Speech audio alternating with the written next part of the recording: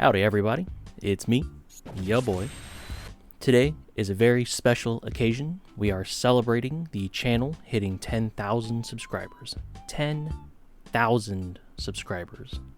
That's kind of a crazy number. Not super big in, whenever you're talking YouTube terms, but for one guy like me, that's a lot. Recently, and by recently I mean 1 month ago, I put out a video that was asking everybody to describe their custom faction. And for veterans of the last event, you know how this went. The 5 most voted people in that comment section were chosen to be the participants in the highly anticipated Your Dudes 2. Now, when I say highly requested, I mean highly requested. Like, I get asked maybe 2 or 3 times a week ever since the first Your Dudes event. So we're finally here at Your Dudes 2. Before we get started, I want to say a couple things. One, thank you for getting me this far. I quite literally would not be able to do this without you guys' overwhelming support. Number 2, within that same Your Dudes 2 announcement video, I also did a giveaway where I handed out Warhammer Online store vouchers. There were 2 giveaways technically, one here on YouTube and another one over on Patreon. The YouTube giveaway winner was a fellow named Dan. Hello, Dan. Whenever we were chatting in emails, he said he was going to get some bits for a kill team for Deathwatch. Very cool. The winner for the $200 voucher giveaway was on Patreon, and it was one of my patrons named Friendship Bearer, and he said he was going to consider getting some demons, maybe a Keeper of Secrets. Good choice. But the giveaway is done and dusted. The only thing to do now is to get into Your Dudes.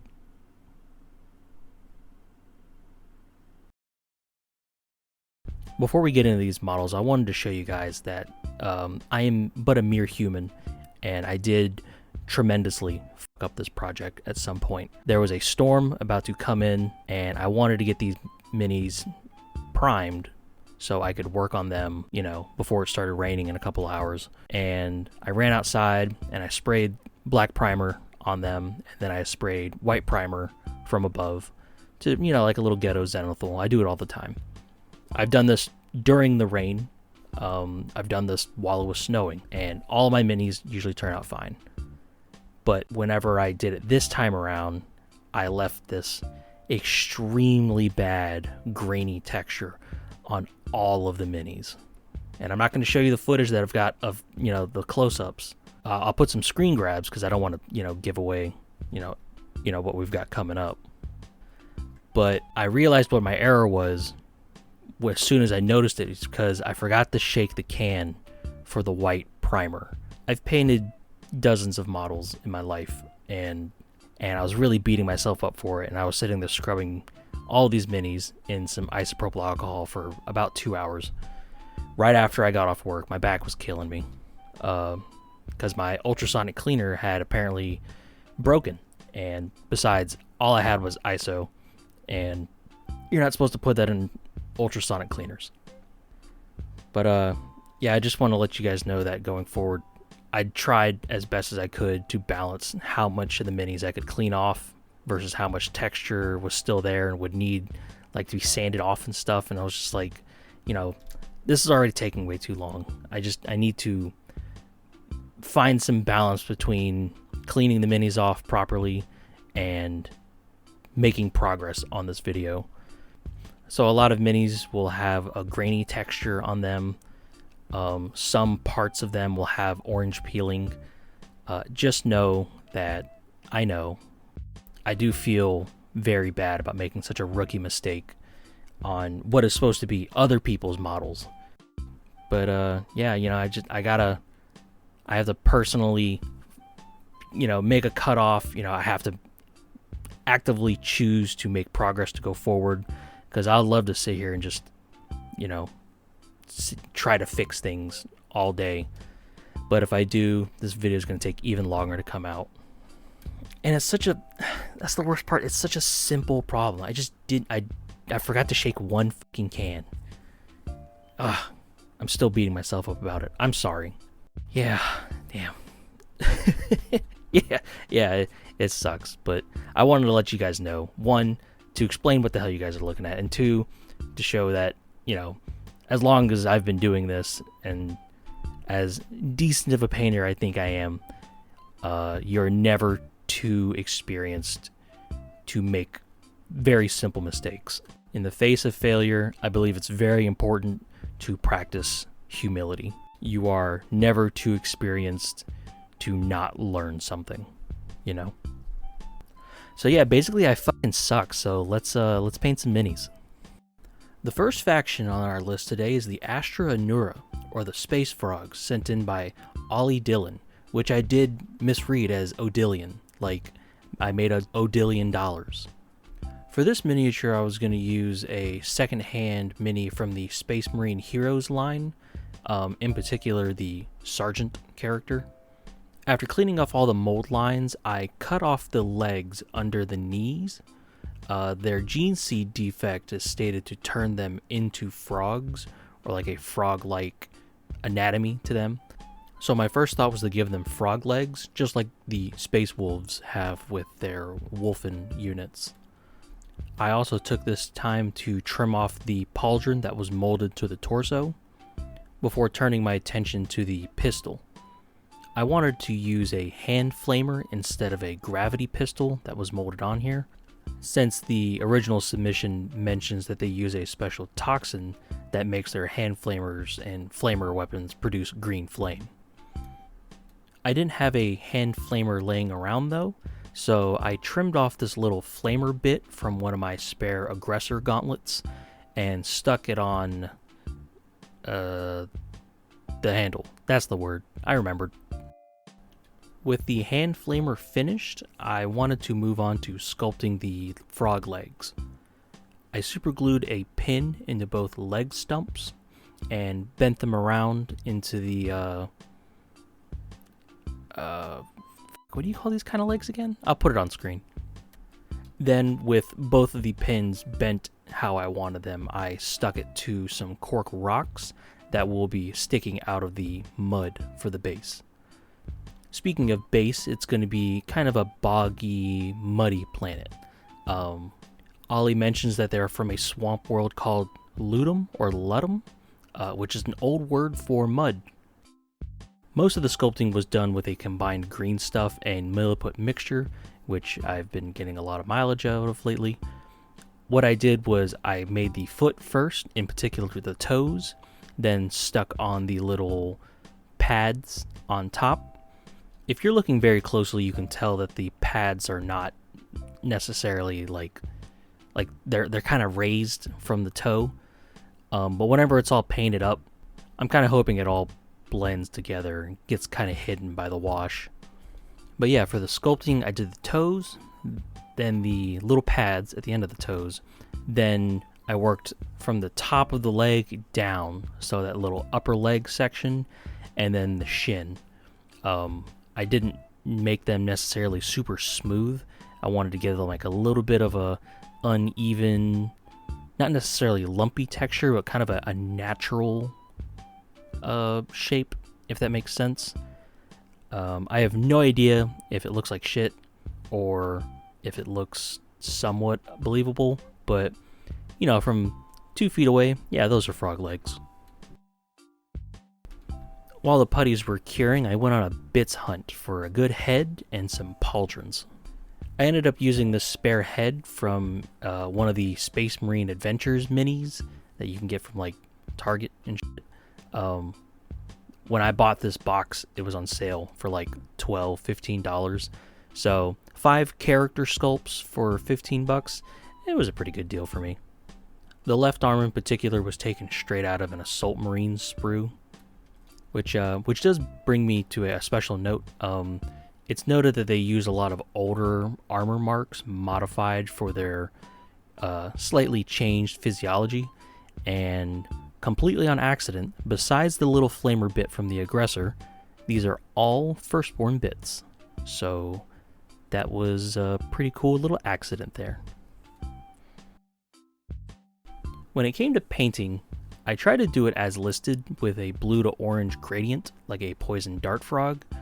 However, when I was comparing the paint job to where it falls on the armor, I noticed that all the spots that would have that little gradient all fell on spots that would logically be like tubing, like the gradient between the torso and the legs, or the thigh, would just fall straight underneath the belt, you know? So I didn't end up really doing the gradients.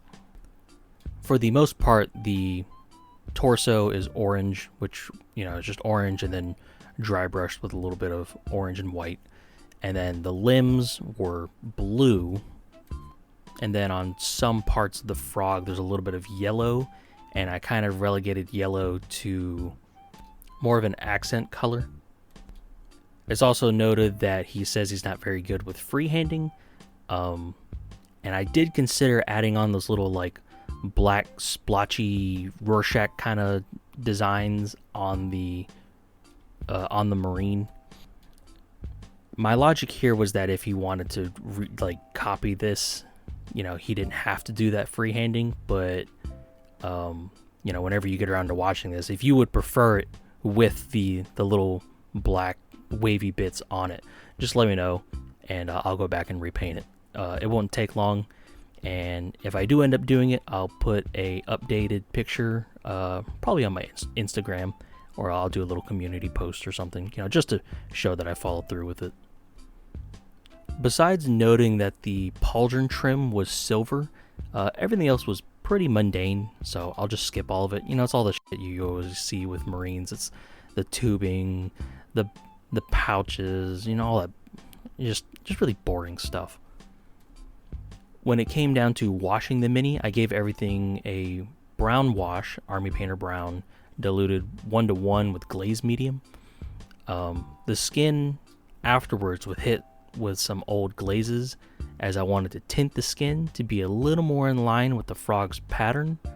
So I ended up doing blue on the legs and yellow on the head. But then it's also noted that whenever they start mutating a little bit, their skin gets a little green. So then I did end up going back and glazing green over the blue and yellow. I just forgot to get some footage for it. But you will see here in just a second that the blue and yellow glazes are not completely drowned out by the green. There is a little bit of a difference in the final paint job. Now, whether or not blending the green skin with the yellow-blue coloration of the frog was a good idea, you know, I'll leave that up to you. But I like it, so yeah. Even though I slaughtered all of these minis in the priming process, the space frogs here really kick off a batch of models that I'm just super happy with. Like, I love this little bastard, you know. I got a space marine with frog legs, you know, like that's cool. Fuck off, it's cool. I feel like the primer accident was probably the least detrimental to this mini in particular, although you can still see some texture on the hind leg and especially on the front of the chainsword.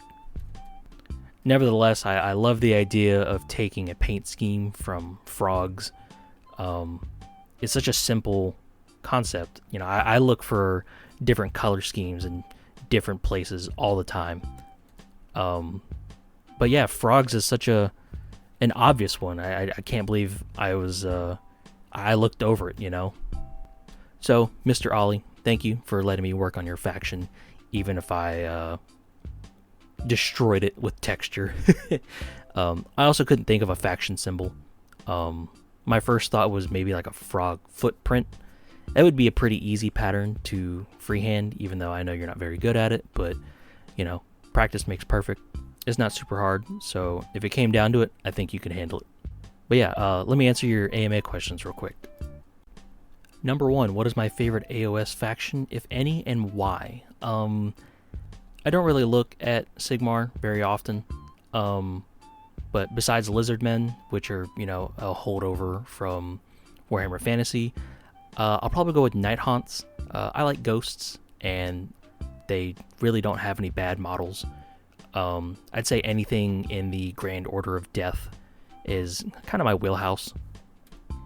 Number 2, if I could make a brand new faction for 40k, what would it be?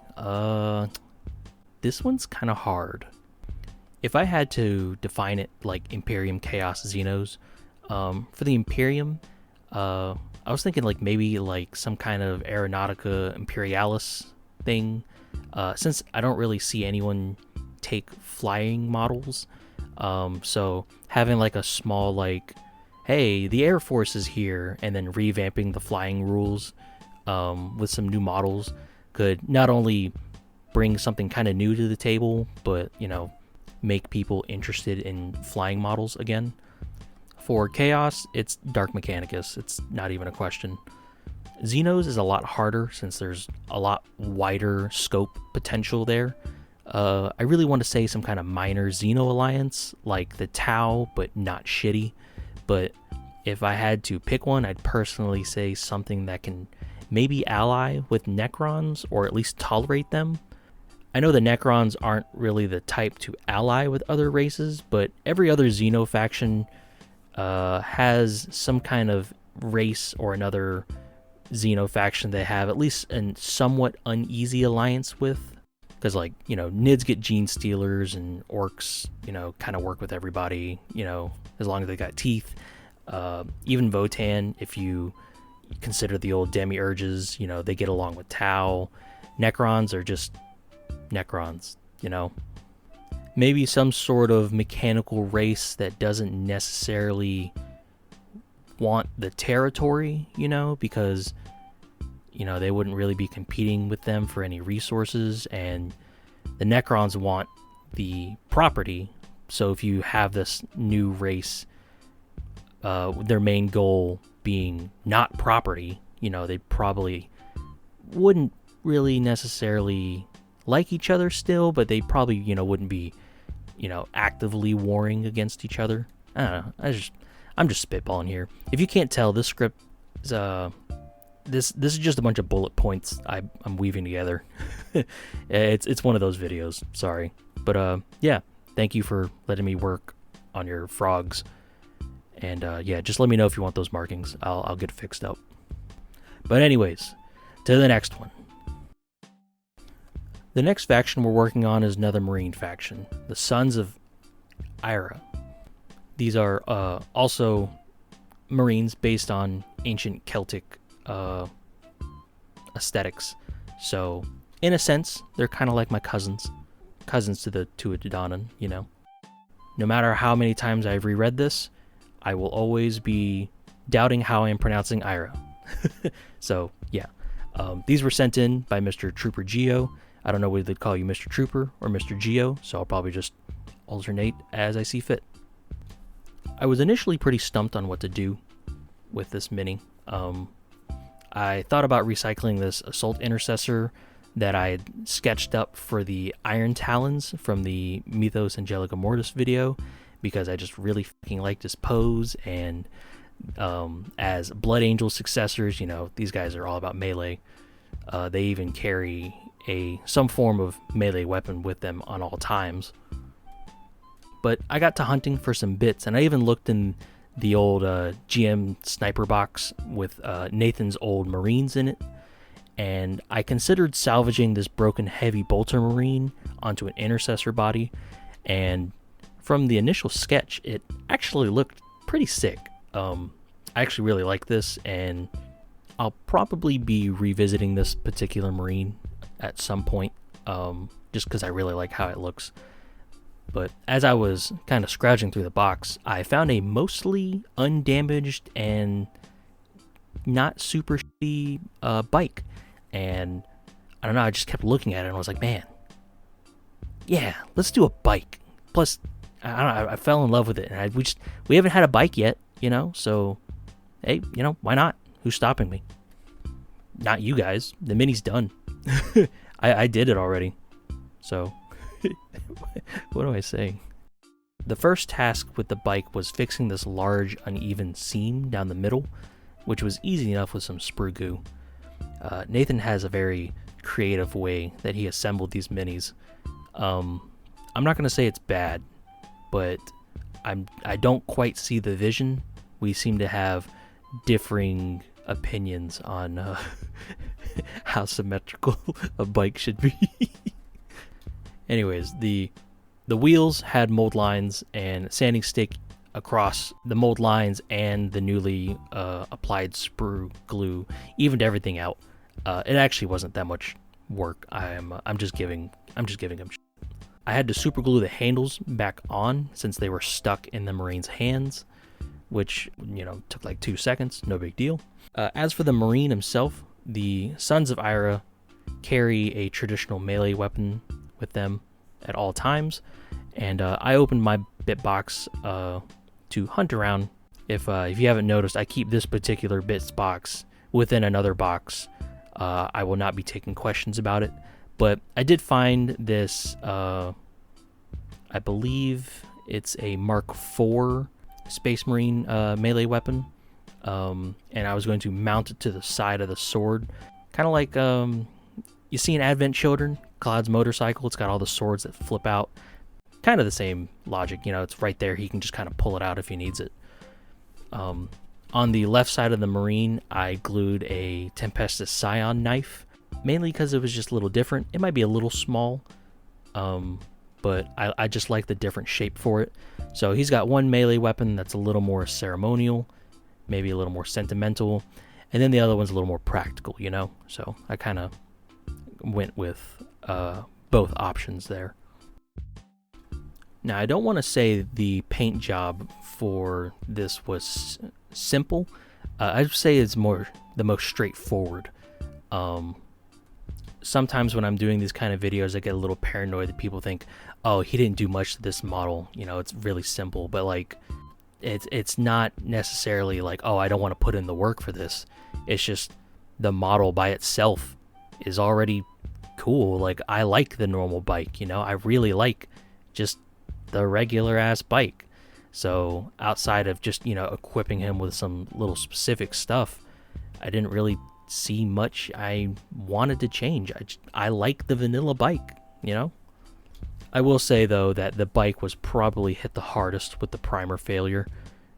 There was some texture. There's some orange peeling on there that I would have to sand off, and by the time I had gotten to the point where it wasn't grainy, it was just the orange peeling, my back was killing me. I don't know if you guys know this, but I do have a pre-existing back injury, and it makes sitting there scrubbing minis a little hard sometimes, which is why I had an ultrasonic cleaner, but it exploded. I don't know what happened to it.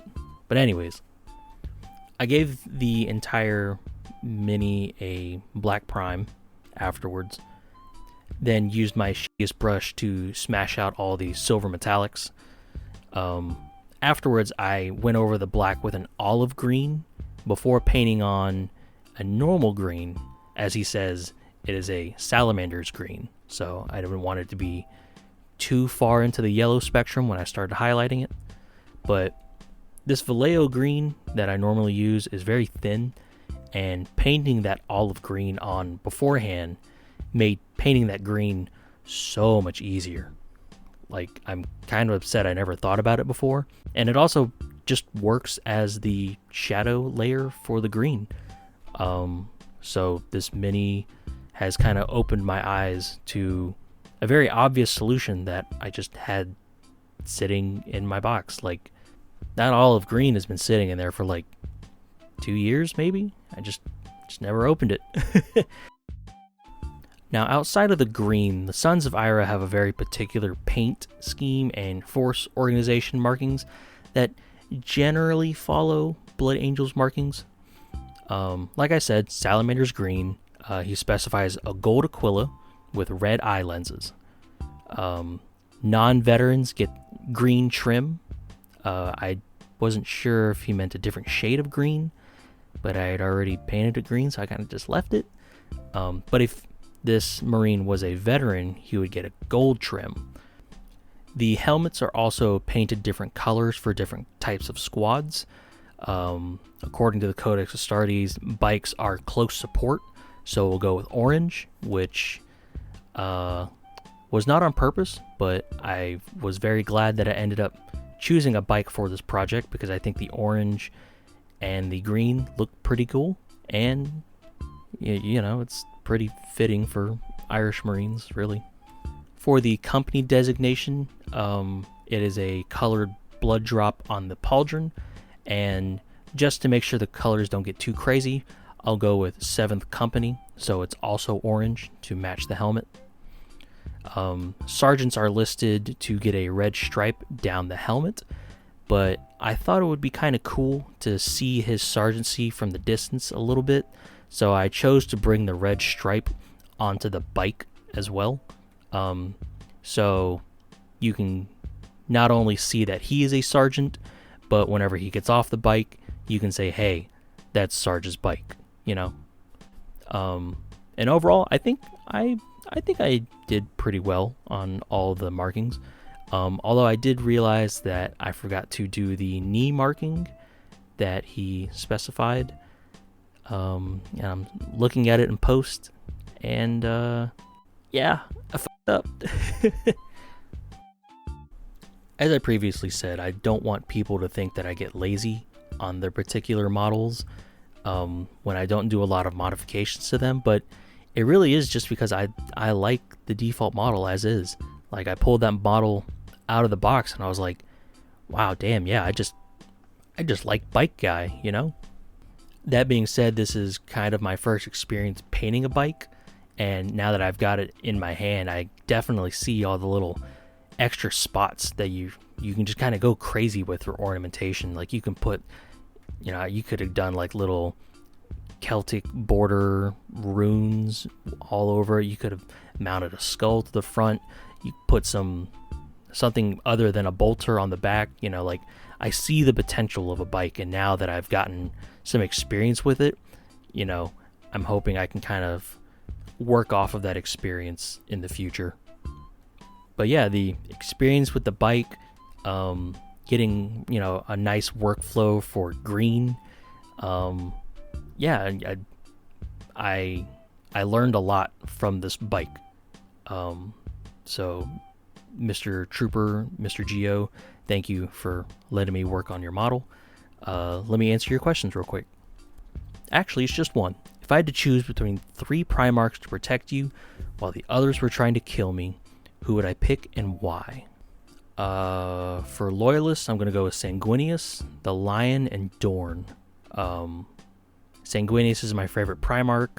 The Lion is the most fashionable, and as a eternal Black Templars fan, Dorn is my Genesire. That's really it. That's the extent of that logic. I don't actually like the Traitor Primarchs in general, but if I had to choose Traitor Primarchs, I'd probably go with Fulgrim, Conrad Kurz, and Alfarius. But overall, if my survival is actually important, if I'm min-maxing, I'll go with like Leman Russ, shocking, I know, Magnus, and Dorn. You got one melee boy, one shooty boy, and one psyker. You know, it kind of covers all the bases. So that's what I would feel safe with, personally. Plus, Dorn, you know, he fortifies. So I feel like that would be my best bet. But yeah, thank you. And we will move on to the next model. The Nobilis, oops, I bumped my mic. The Nobilis Imputresco, or Noble Rot, is the brainchild of a previous Your Dudes winner, Mr. Fordo, featured in the last video for the Skyborn.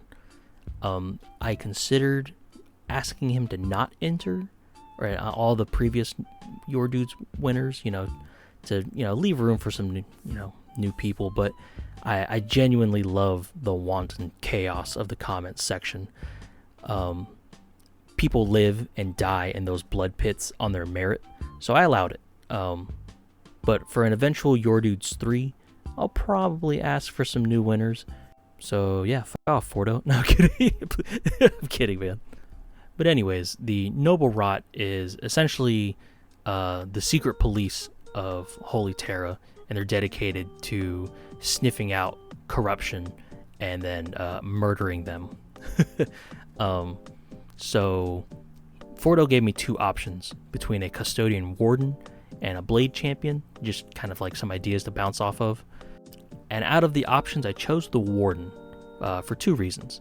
One, it was a little easier and a little cheaper. And two, I really like the Custodian Wardens, and I've always wanted to build one. The Blade Champion's okay-ish, but I'm not really liking this small, regular-looking helmet that you see on, like, the Blade Champion, the Alaris Terminators, and that new weird squatty Custodian. Meanwhile, the Warden, he's got a big-ass helmet, and it's got an eagle on it, so I'm 100%, I'm going Warden. Even though there's a lot of new blood in the Custode scenes these days, I actually was almost a Custode collector at the beginning of 8th. The video where Duncan paints the single Custodian has had a profound impact on me, and I think legitimately was a very big part in pushing me to actually get my first models, just because I really, really liked how the Custodes looked. But anyways, this single Warden was purchased from eBay and assembled pretty much straight. I did make sure to use sprue goo for the cloth so I could sand it smooth and make sure there's no gap. But that was it, really. I really liked the Warden, and I just wanted a Warden, so I bought and made a Warden, you know? When it comes to painting, Fordo says the armor of the Wardens are Lupercal green with details of Leadbelcher, which is easy enough, but there's one problem. I don't own Lupercal green. So using Google, I had to mix up a color that was pretty close. The initial mixes were too green when I put them on the Mini, but I eventually did get a good mix. Mostly blue-green with like equal microscopic dots of green and black. Then when it came down to highlighting, I just mixed white into it. When it came to painting the robe and plume, Fordo only says dark. So yeah, you can't get darker than black, and it works for the Sons of Horus, so I'm just gonna go with black. After all, everyone looks better in black. It's just facts. Your sense of fashion, Roger, really reeks.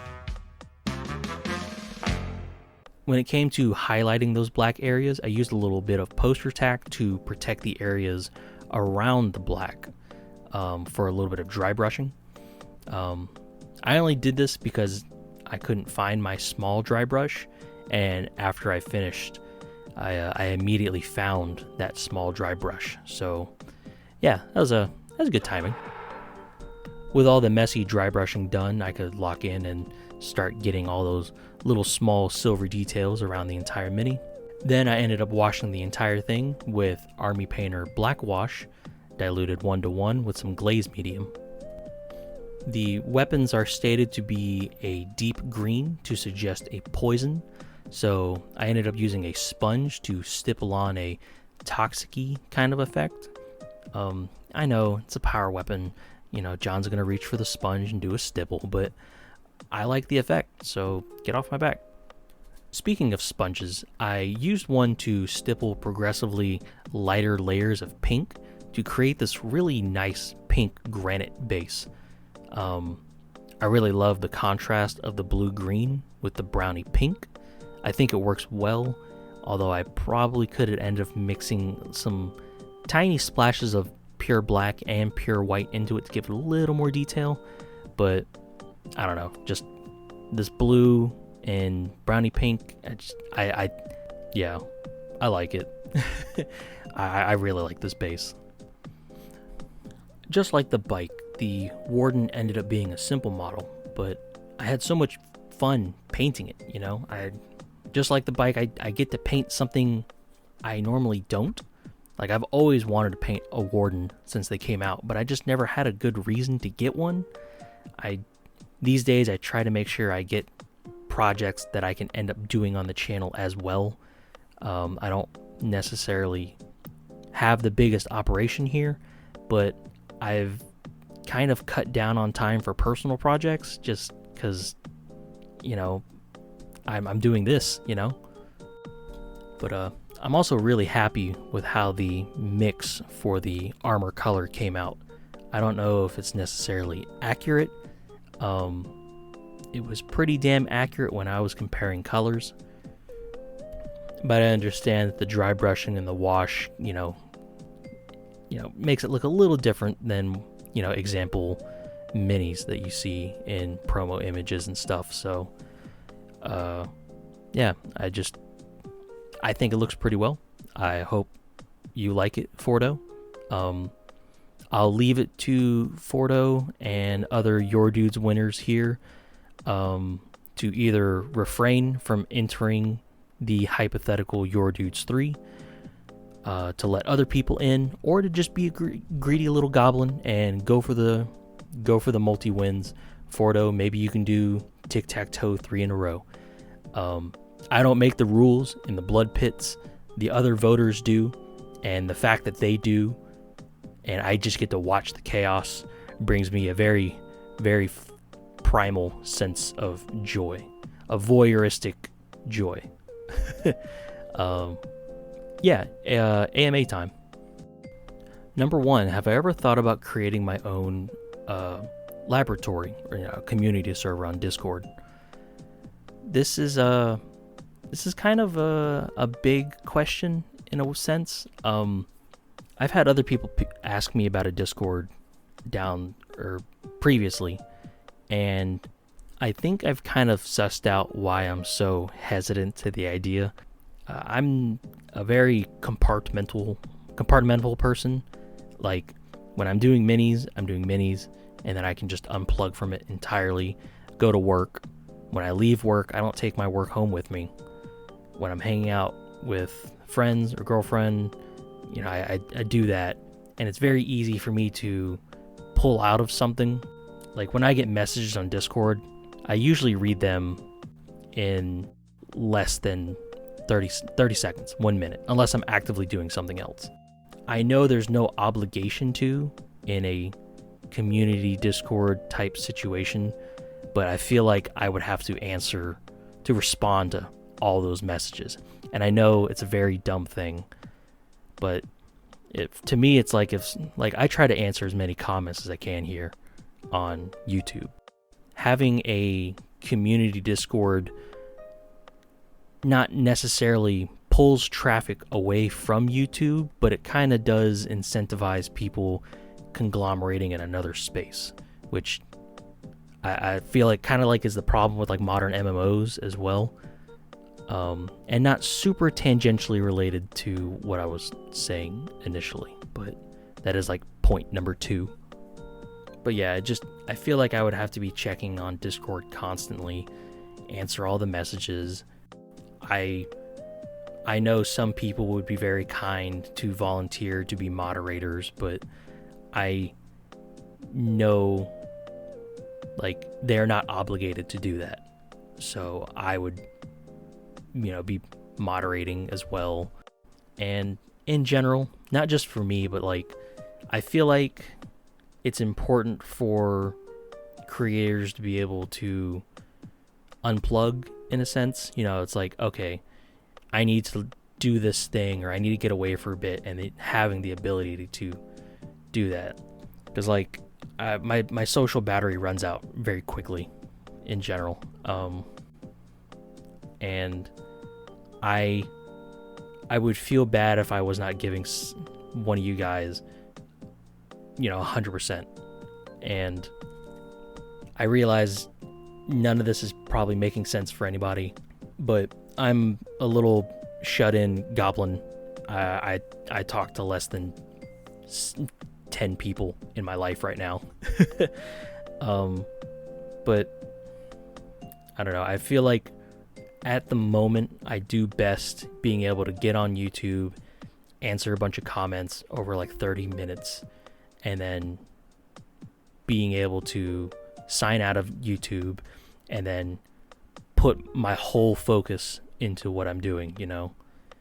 And I know a lot of people would want to, you know, talk more casually and whatnot. And I am thinking of some other ways to kind of bridge the gap in a way that's comfortable for me.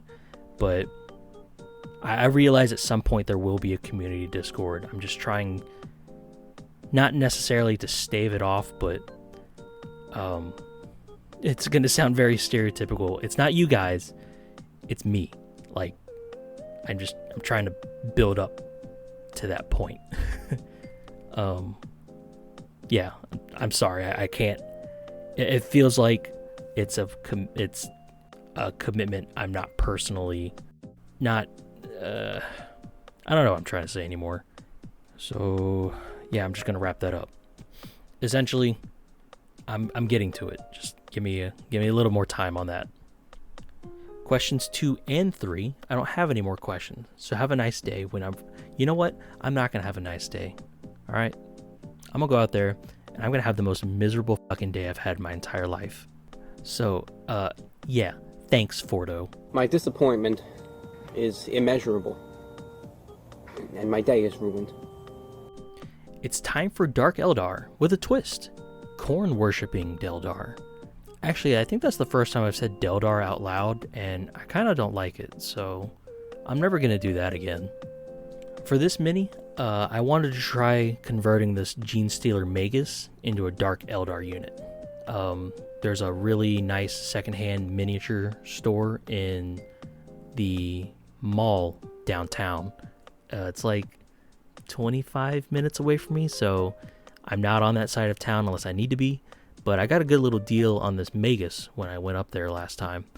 All I had to do was strip it and clean up a few mold lines, and it was good to go. You know, I only paid like $20 for it. That's not the worst price, honestly, for a character model these days. I used 91% isopropyl alcohol since I didn't have my normal cleaner on hand, which is normally LA's Totally Awesome. But I just soaked in some isopropyl alcohol and brushed it off with a toothbrush after about 30 minutes, an hour. It all came off pretty easily. Although doing this at my desk was a very bad idea, because I ended up spraying alcohol and paint all over the place. I should have done this in the bathroom, or at least put up some more protection, but I was watching the Bubblegum Crisis OVAs for the first time, and I did not want to stop. I really like Bubblegum Crisis. But anyways, the mini cleaned up nicely. I also ended up salvaging the base decoration that was stuck onto the base to make a mold of it later. I don't actually know if this comes with the Magus by default, but yeah, I mean, it's a cool little piece. My initial conversion plan was to trim off the collar and replace the head. I ended up grafting on a Dark Eldar Cabalite head with some sprue glue. I was very thankful for how androgynous Eldar bits are in general, as I just grabbed a head with a cool ponytail at random. For the corn flavor of the conversion, I ended up salvaging some bits from some old Chaos bits I had laying around in my little conversion box over there, which didn't really end up working out, as soon as I trimmed off some of these smaller bits, I dropped them in the carpet and I lost them. So yeah, before I did any of that though, I wanted to make a mold of that base decoration, because it could be useful down the line. I ended up using some pourable silicone since I was using some of it for my Exodite project, and I have no idea where my blue stuff went. It just vanished entirely. I've got a spot for it on my desk, and it's not there anymore. So yeah, that sucks. Anyways, I made a little mold box for it, poured some in. It's not exactly a perfect mold. There's a few bubbles on it, mainly in the eye cavities, but it gets the job done. Now, here's the Mini with all the bits stuck to it. But the final touch I wanted to add was a nice fur collar. For two reasons. One, I always thought this would be cool to add on this model if you were going to do a conversion of it. And two, I have brain rot and I cannot help myself. Fur collars are very close to peak character design. Sorry, I don't make the rules on that one. I took a sausage of green stuff and glued it to the back of the Mini, following the previous collar's lines to cover it all up, and then the sausage was just pinched with my clippers. I've done this plenty of times on the channel, and it's just a nice, fast, easy way to get some nice fluffy fur. And whenever this was all done, the Mini was, well, it was primed, but, you know, it was primed, ruined, stripped, then primed white, is what I'm trying to say. When it came to painting, the first thing was the skin. Eldar are more pale on average, but I went with a darker tone to complement the bronzy, brassy, red corn aesthetic. I ended up using Reichland Flesh Shade mixed with some glazed medium. Afterwards, the armbands, the inner cloak, boots, and all the parts that would be metal were all based with dark gray, because I'm weaning off of painting black items black, you know, yeah, I've explained this before. The parts that are actually going to be staying dark gray got one little edge highlight of neutral gray, mainly on the armbands and the boots. I started doing the metal, but I decided to paint the cloak first, which according to the description is pink. Note that the decorative cloth bit hanging from the back was painted red, and the Gene Stealer icon that's normally on the bottom of it was swapped for a little keychain of corn. I considered making this part pink as well, but I feel like the red and brass, you know, it was appropriate. With the pink done, I went ahead and did all the metals, mostly brass, but some silver on some places like the sword. The base was painted to resemble a sandy plain, since I felt like the tan of the base would contrast nicely with the dark colors of the model, and the model itself was washed with a diluted brown wash to finish it up. So here's the completed Dark Eldar, the Bloody Hand. Considering the war gear this Mini ended up acquiring, this Mini is actually closest to a succubus, which makes this Mini one of the few higher ranking models we've done, not just for your dudes, but for any of my obscure lore vids, because, you know, I usually aim for like a sergeant.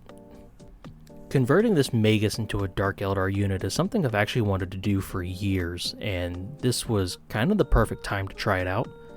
It's almost in line for what I would have done for a Dark Eldar army of my own, but considering that Jay from Eons of Battle is doing a Dark Eldar army now, there's no way in hell I can do that, you know, like, we look the same, we both essentially play Black Templar, the similarities must come to an end. Although, if they are planning a skit and they need a Jay doppelganger, just hit me up. As for the AMA question, there is only one. What do I think of Gammoth, and do I want her to return? I really love Gammoth. I'm always a fan of adding more beast-type monsters to the series, as... Oh, this is about Monster Hunter, by the way. Sorry. Lizards were so predominant in 1st, 3rd gen. Gammoth is really tricky to fight in melee if you don't know what you're doing, and some people might not want her to return because of the snow status, but these same people also get mad when you point out that gunning Gammoth is much easier, because for some reason they think guns are cheating. These are the same people who demand that you bring status shots and slice ammo, especially slice ammo to get the tail that they can't even manage to cut, you know? Like, it's a gun. I'm not your heel bitch, you know? It's a gun. I'm gonna shoot it. people talk gunners until they're useful, you know? Like, I don't know. See how that works out for you. And to be clear, I play every weapon, so I know both sides of the argument.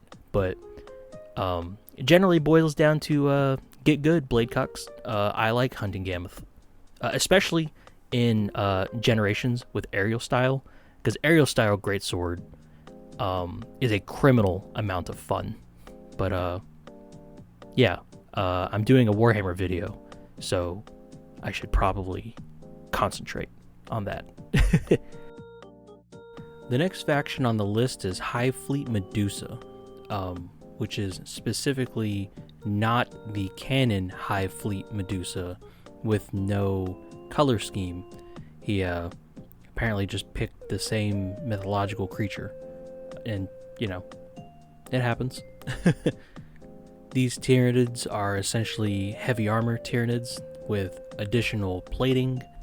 Very strong heavy armor theme with this Hive Fleet. So, remember when I said I got a good deal on that Magus? The same store was also selling a bunch of Tyranid models, and I was about to get a sprue of the new Gaunts for like $25.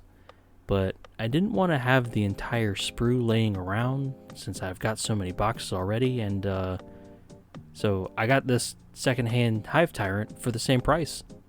Yeah, the first Tyranid on the channel, and it's a Hive Tyrant. Good pose, good condition, just had to clean some mold lines, and the guy gave me a pretty good deal on it. For this Tyranid, I'm going to do a little bit more sculpting than I did with the other models.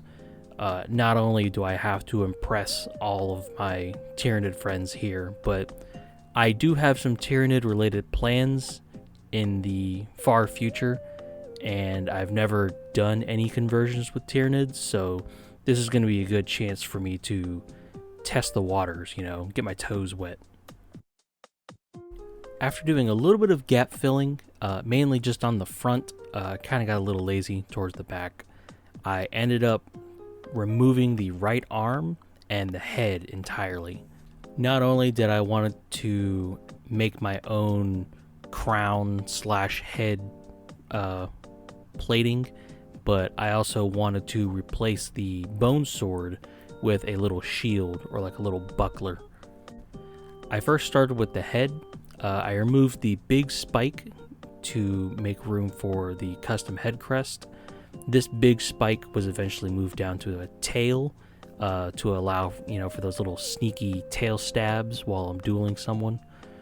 I also removed the chin spike, which actually was later used on the buckler, so I didn't throw it away. After drawing a template on a sticky note, simply because it's the only paper I keep on my desk, I transferred the design to a styrene sheet. I scored down the middle of the styrene sheet after cutting it out, and I glued a rod in it to keep the piece stable while sculpting. But it also puts the styrene at an angle. The majority of the sculpting was done with mixed green stuff and milliput. Not very shocking, I know. I super glued the putty down before moving it around on top of the crest, making sure to not use too much super glue, because when you start moving the putty around, sometimes it can squeeze out and get on your tools. Granted, I use a toothpick a lot for roughing out my shapes in general, but, you know, you get the point. Don't get your tools dirty. When it came to making the crest, I worked in layers, starting from the top or the back of the crest, and then I was working forward. While working forward, I also covered the eyes on the way up, just because I thought it looked a little cooler. There was also a little bit of an error in the middle bit of the crest. Then it ended up turning into a little notch blowhole kind of thing. Wasn't planned. I think I like it. Gives it a little more of an interesting shape to it, and kind of breaks it up from looking a little too homogeneous all the way down. The buckler that was intended to replace the bone sword was made in pretty much the same way as I did for the crest. although actually designing it was a bit more freeform. After roughing out a rough shape for a hand, I made these vertical vertebrae parts that run down the middle of the shield. Then I added these ribbed borders on the outside of the shield, poking a little hole, which I don't really know why, but it does make it look kind of cool. Then from there, I kind of just experimented with different shapes to fill in the underside of the buckler, eventually just filling in the majority of the center with a loose, fleshy kind of pattern. This was really me just kind of playing around with different shapes, and overall I think I ended up with something I like quite a bit actually. While I was trying to simultaneously mimic some shapes found on the Hive Tyrant, and also experiment with some, just kind of whatever comes to mind, I think it all kind of blends in. And I know this is the underside of the shield, and it's like, why would you put that much detail into the underside? But with how the shield is going to be posed, you'll still be able to see it from the front. And like I said earlier, this is all one big practice phase for me. So I figured I'd get in my practice where I could and just start messing around with various different bio shapes. So when it normally comes to painting minis, I use this allergy pill bottle with some poster tack on it. There's no weights or anything in it. Actually, it still has some allergy medication in it that I use, but it's just too small for this Hive Tyrant. However, I did find this little can of chip dip while walking through the gas station, and when I picked it up, it was like the perfect size in my hand, and I knew it would be perfect for holding this thing down. So I ended up picking it up. A perfect impromptu painting handle, if not a bit heavy due to being filled with beans, but don't worry. I ate those when it was done. It was alright. Edible, but alright. Anyways, before painting, I went in with some pure black and filled in all the spaces I missed on the model with my rattle can, just because it's such a big model. I'm not used to, maneuvering it in my hand, and the base was already on it as well, so, some spots were blocked. The flesh for the mini is stated to be almost a pure black, but I do want to get a little bit of depth on the model. From a pure black, a very heavy dry brush of dark gray went on, almost an overbrush, honestly. Then it was followed by a dry brush of neutral gray on the high parts and the edges, like the calves and the little ridges where the elbows are, little areas like that. Now, when we skip forward here a little bit, you'll see that I've painted all the plating in a dark green, because here's where I ended up getting kind of confused. The original description says deep green and violet chitin. How to what degree is it green and purple? Tiger stripes, polka dots, purple wet blend into green highlights. I was just like, I did not know what to do. There was a night where I just sat there just staring at this model for like an hour straight, because I was racking my brain like, oh my god, what do I do? I was having like a panic attack just looking at this thing. And at some point I was like, you know what? I gotta nut up and just do it. So I went with a dark green, painted in almost the exact same way as I painted the Sons of Aire, starting from the olive green, going up to like a slightly yellowy green. As for the purple that was confusing me, I ended up kind of using it as like a tertiary color, because there were a few tentacles, some glowy, organic bits, the blades that all needed a color as well. So I figured I would kind of split it to green on the armor and then purple on the weapons, and like the tentacles. I have no idea if this is remotely accurate to your description, and I'm fairly certain it's not. But I'm telling you, I was stressing out about this so much. I think another 15 minutes, I might have just started crying. I was like, I need to do something. But in my defense, whenever you submit your faction, it is an understood part of the deal that I may completely mess it up. So yeah, you get what you pay for, you know? So yeah, here's my first Tyranid conversion. Not just for the channel, but like ever. It's not super intensive. You know, I only really worked on 2 body parts, mainly 2.5 if you count the top of an arm. But yeah, I really like how this mini came out, although it was hit pretty hard by the primer disaster, and it was definitely the hardest to clean since he's covered in spikes, and he kept stabbing me. I just found it really funny. Overall, I like it though. I really like the tendrils on the head and the head crest in general. Thank you for letting me work on your Hive fleet, Mr. The Original C, which apparently is, you know, like I said, not the official Hive fleet Medusa. They just happen to share a name.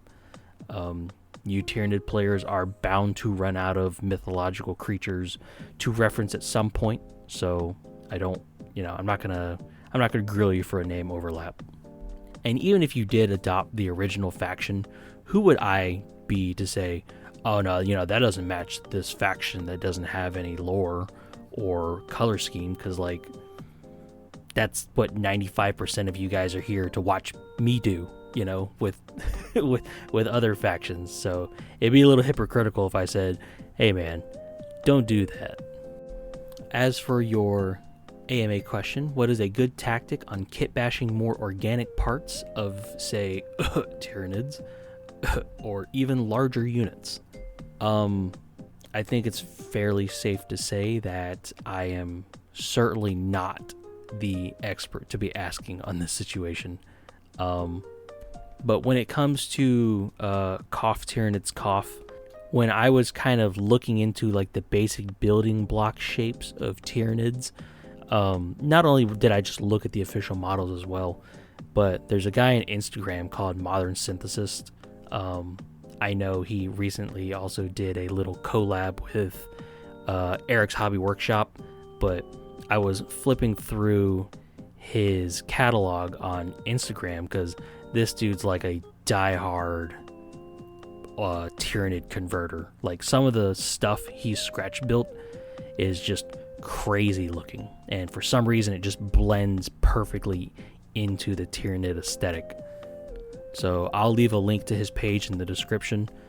Go check out Modern Synthesis on Instagram, because that's where I got a lot of insight on how to do the small shapes and the general silhouette of some things. But yeah, I'm in the same boat. I gotta learn NID conversions, you know. We all gotta start somewhere, and you're never too experienced to not learn something new, you know. So yeah. So that's it. That's every model in Your Dudes 2. All 5 of them totally complete, nothing else to it. Okay, fine. A bonus mini as a treat. Alright, so as the bonus model and premier winner of Your Dudes 2 by a country mile, the Prostate Examiners will be pretty quick in general, since this video is already plenty long enough and there generally just wasn't much done to the Prostate Examiner. The right arm was a Terminator Lightning Claw, since I couldn't find a regular size Lightning Claw that looked kind of chaosy. Everything else was the Imperial, like, knuckle duster style Wolverine kind of Lightning Claw, not the fingers are the claw style that's more common with chaos ones. The left hand was a spare arm with the, you know, like the Thousand Suns Sorcerer magic finger pose. I use this bit on my sword sorcerer for the Brothers Paradox, but I didn't want the sleeve on it, so I grafted the hand onto a new arm. The idea for the pose was like he has just recently examined some prostates with his right arm, and in his left hand is a normal hand that he can have a little more dexterity with to analyze the samples, you know. The paint job itself was fairly straightforward. As I learned in Your Dudes 1, instead of painting over the white primer, I just worked directly off of it to keep the white nice and bright. The blue was mixed with a dot of black for a dark blue, which was used on all of the trim, and the mini itself was shaded with some diluted black wash. Some of the highlight areas, like lenses and that little cable going on top of the head, were painted with a blue-green. For no real reason, I just kind of liked it with in conjunction with the dark blue and the white. As for the base, it seems to be the fate of many Chaos Marines on this channel to be on a on a spaceship type base. This was just one of the pre-molded Necromunda bases that was stippled with a sponge to get a rusty effect. I swear it wasn't even on purpose. I just like the dark base for a bright mini, and it was the Necromunda bases are nice and quick, so I just grabbed one, stippled it all dark and rusty, and went, I did it again. Everybody's gonna make fun of me. Now, even though the Examiner was complete at this point, it occurred to me that every good doctor has a hot nurse. While being a Slaanesh warband, technically, I would like to add my own bit to the lore that the inquisitive nature of these Marines has gained favor with Papa Nurgle. This particular Examiner has been granted the company of a nurseling, the small boon from a second god, equal parts flavorful and kind of gross. But I did get to dress up a little Nurgling, and that's good enough for me, man. So as I said, this section was pretty quickly, but here is the complete Prostate Examiner. What started as a meme ended up with a mini that I actually do kind of enjoy. I didn't have that second claw, but I do like the oversized Terminator claw. It adds a little bit of menace to the name, you know. I do like the classic prostate lubed examination finger pose that goes along with it. The nursling was also pretty simple and fun to make. I'm kind of glad I held on to this Nurgling for no real reason for this whole time. I've had it for like 3 years at this point, but I finally got some use out of it, and that makes me very, very excited. Overall, Prostate Examiners are very stupid, and I hate you for making me do it, but here we make memes and dreams into reality. You could say I'm a fan of having my prostate examined. As for your AMA question, you don't have a question, but let me clarify something. You made me dedicate time to modeling a warband called the Prostate Examiners. If you had a question there, too bad, revoked, go to jail. Actually, everybody who voted for this faction, you all go to jail too. All 600 of you memey little fucks, you're all going to jail. Get out of here.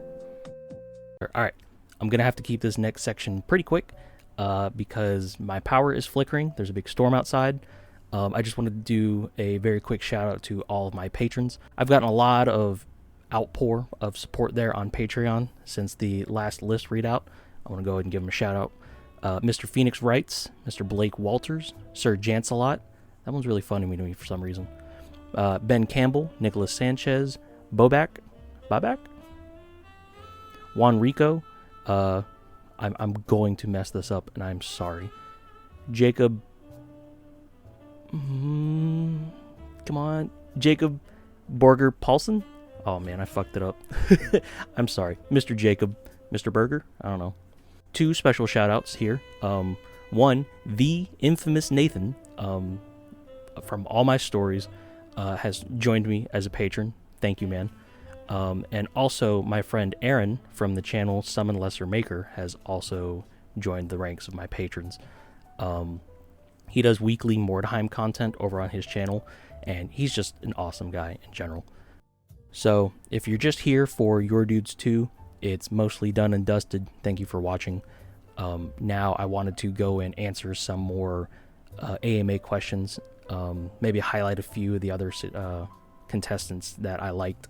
I was going to do all this in front of the camera, but with the power flickering and me generally just being a little spurred, I'm just going to do it on voiceover.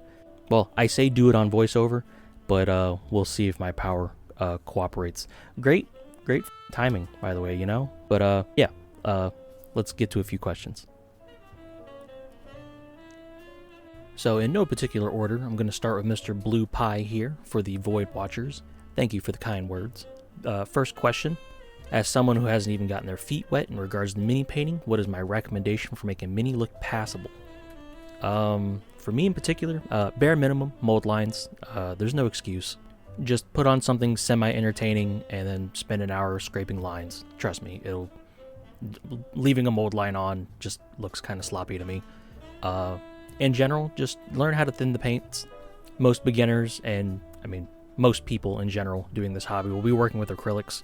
It's very important to learn the level of which you need to thin particular paints just for base coating, but even for like glazing as well. And each individual paint by the bottle will vary.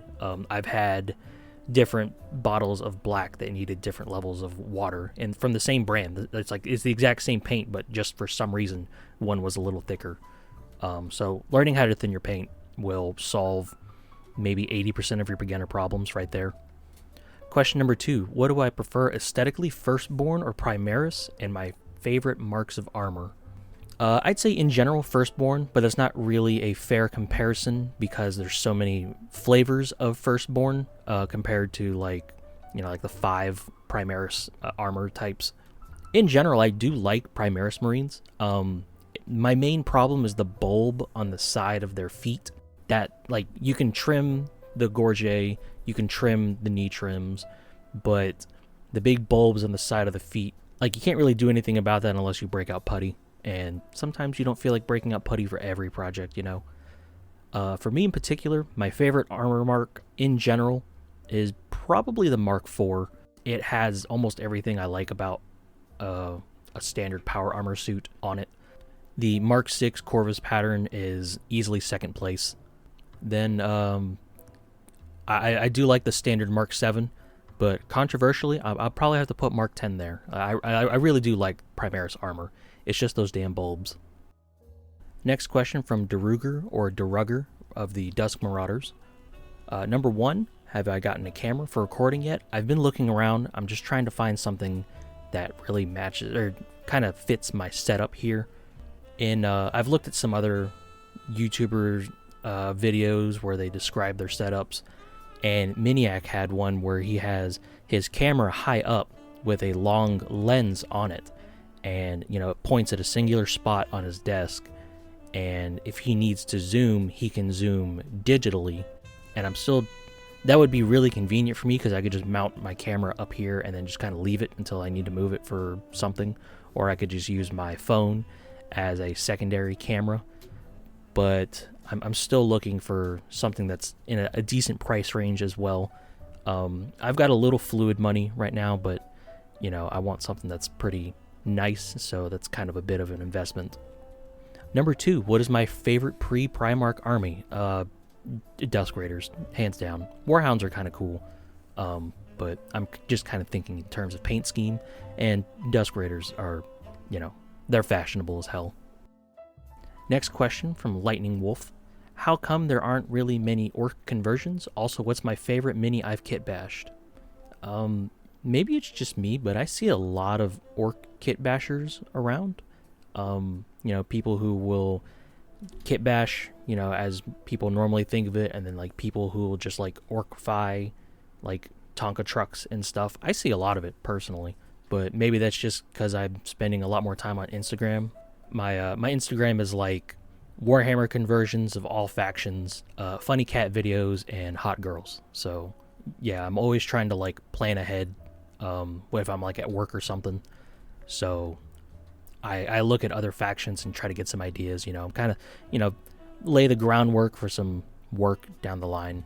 As for my favorite mini I've kitbashed, I really do enjoy the Ghost of Phalius, my Lionel Johnson conversion. And I really do like my armored obliterator with the rocket pod on his back. I'm very fond of my Chaos Knight as well, but if I had to pick one that I kind of feel like is the mini for me, it's probably my Emperor's Champion for the Tuatha De Danann. And I realize I am extremely biased there because the Emperor's Champion is my favorite Warhammer anything. So yeah, not exactly the most intense kit bash, but it is probably the one I'm most fond of. A question from the Wound of Briccius? I think it's Briccius. Question number 1, do I have any pets? No. I've grown up with dogs my entire life, and we've had a few like rodents like hamsters and guinea pigs. But these days, when it comes to the thought of having to keep a living thing alive, it's just too much effort on my part. I do like cats, but I'm allergic to cats, so keeping cats is a little bit of an issue. Question number 2, what is my favorite band? Somebody else on this list, I didn't mean for the overlap, but they asked about music as well, so I'm going to save my answer for that one. Number 3, how many pieces of art do I keep in my workshop? Way less than I fucking want, honestly. I keep my Dark Cloud diorama on the wall next to the light switch. We've got a little X-Files poster on the back wall, and my girlfriend has hung some art that she really liked that she found on Etsy on the wall behind me. You guys have probably seen it in a couple of videos. I have so much stuff that I just want to put on display somewhere, and I just don't have the physical space to do so.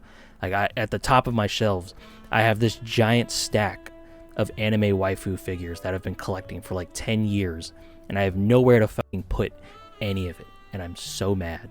Ideally, if I moved into my own place and I had the space to put like some shelves or display cabinets up, I would throw all of it in there and put all my armies on display.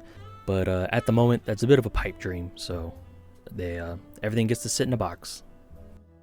Question number 5 from that. First off, have I gotten any further with my design and name for a potential sister's force? Remember earlier when I said I'm always on Instagram kind of looking for ideas?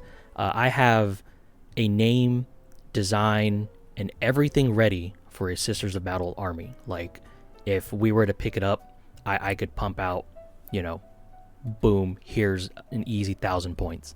I actually have an Exorcist that I bought and a few recasts as well for some Sisters models, but I haven't had any reason to work on them, so they've just been kind of sitting up there.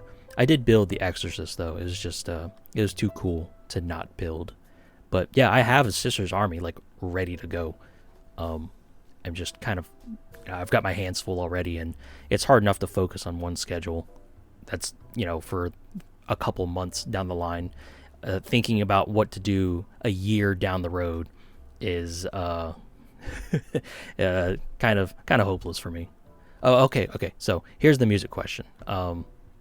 My favorite band for the past 10, 15 years has been Sonata Arctica. They're Finnish, and they do a lot of power metal. Lately, they kind of do like melodic metal, but they're getting old. So I understand the shift in tone, but there's still some really good music there.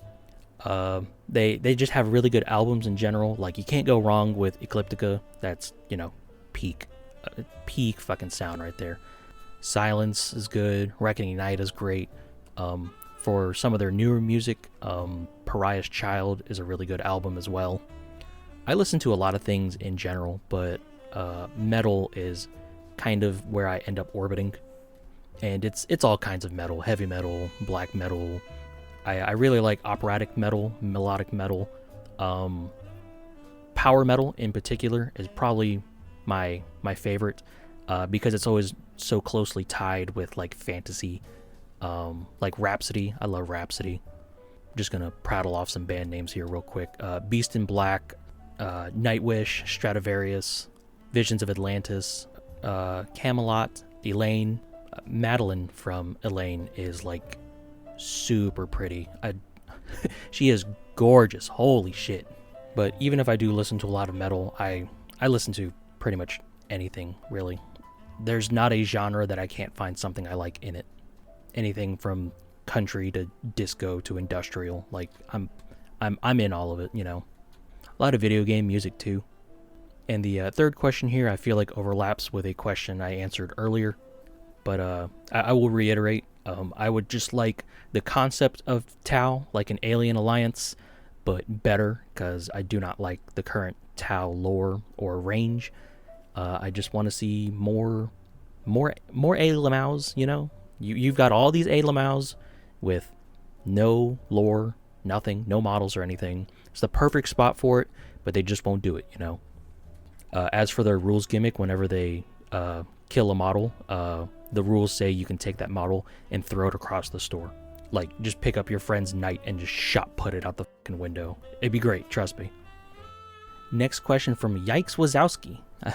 I gotta admit, that name got a laugh out of me. Says he's been very stressed with school, and I've helped him out, and I'm glad I could do something for you, man. Like, I can't come out there and take the test for you, but, you know, if I can make some stupid videos, you know, to help you out, take the edge off it, you know. As for his question, what do I love most about running the channel?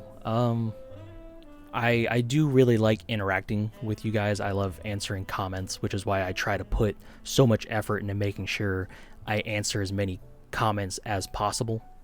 I really like doing these community events where I just, you know, can talk to you guys a little bit. I'd say another big thing is just getting recognition for my work, you know. Like, for me, it's like not necessarily me, but it's like, you know, hey, I don't care about the guy who built the thing, but the thing that he built was cool, you know. And, you know, if I never showed my face on this channel and they could say, or some dude could say, oh, you know, this is the guy that made that really cool thing, you know. And everyone's like, oh yeah, you know, he's the thing guy, you know. If that makes any sense, because it doesn't to me. At the moment, with the cooperation of advertisers, I do have enough income for this hobby to pay for itself, which is great, you know, a self-sustaining hobby. Total pipe dream, I would love, you know, to do this to the point where I could sustain having my own place, or maybe even doing this full time. But in general, I know to keep some realistic expectations, but I like... Actually, no, the biggest thing that I just realized, the main thing that I like about this channel, for years before I did this, I DM'd Dungeons and Dragons, Pathfinder, any little random game that we played. We did one-shots, a lot of systems. I've made a lot of my own tabletop systems. The tabletop RPG is a cornerstone of my background, and the main thing for me is putting out something for people to enjoy. I played in a lot of RPGs and whatnot, but I spent a lot of that time DMing out of choice, because I just like setting up the world, crafting an adventure for people to enjoy.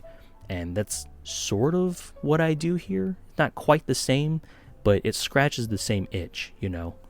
And having some dude named Yikes Wazowski, you know, say, hey, this is a really good job, you know. It's like that's the good stuff right there, you know. So putting out things that people enjoy is probably the biggest thing for me. Next question from Evelyn Zimmerman. I noticed down in the armor colors, you referenced the Dusk Raiders. Mr. DeRugger also referenced the Dusk Raiders. There's just a lot of Dusk Raiders love right here. It's kind of odd. But yeah, 1 to 3 AMA questions. She's blowing her whole load on one question that spans 3 questions. What is my least favorite faction in 40k? This probably isn't surprising, but it's Tau. It's just the biggest wasted potential to me. And everyone's like it mathematically should be something I enjoy because I'm a very big mecha head. I love mecha. But the Tau mechs don't really do much for me. Maybe like 1 or 2 designs, but in general, I don't really care. They're okay, you know. They're just okay. Lore-wise, for the whole faction, it's such a dropped ball, you know. Also, not exactly my least favorite faction, but a faction I feel like I should like more are the Orcs. They're right up my alley, 100%. A lot of kitbashing, a lot of just having fun, but I don't really feel the urge to collect Orcs, I guess. No shade against any Orc player. I love you guys, but me personally, I don't know. Like when it comes to like a fantasy RPG, I would not personally play a dwarf, but my best bro would probably be playing a dwarf. So they're like the bro faction to me. That's what the Orcs are. Like, I'm not going to play him, but I feel like I would get along well with the guy who does play Orcs. As long as he doesn't scream that fucking wah, you know? Like, we're inside, you know, we can use normal voices. And, not a question, but I am immensely proud of how far you come. That does mean a lot. Thank you. There are a lot of people who've been watching me for, you know, since the very beginning, and they're still around. And that means a lot, because that means, you know, I put out content that is decent enough to continue watching. And the quality of my work is something I try to put a lot of focus on. And it's something I want to drastically improve, like watching bigger YouTubers, like especially Miniac with his very high quality, like camera quality, you know. It's like, damn, I want an area that I can set up and invest in to make something that good, you know, and be able to put out terrain and make these shots more interesting to look at. But I know that's, you know, it comes with time. You know, I gotta look into getting a better camera, something that I can know how to work, you know. I need to teach myself green screening, because I want to not only maybe do some green screen work with my minis, but if I can work green screens, I can throw out, you know, shittier memes and whatnot. I can do more, you know, more visual effects on my videos. But yeah, that does mean a lot. Thank you very much. I'm always trying to be mindful of the people who show me support here, and you know, I always try to be humble, you know. So thank you very much. I do appreciate it. Next question's from a fella called Deus Volt, whose Space Marines are Grail Knight themed, but I really like this one because I read the question and I could not stop laughing. The question is, what's? If you actually do have a question to ask, just leave it in the comments. I'll get to you, dude. But I don't know. I read that initially, and it I can't look at it anymore. Questorino number 09 from Mr. Squid King. This one I was pretty interested in, just from the sheer audacity of this paint scheme being pink, dark purple, blue, neon green, you know.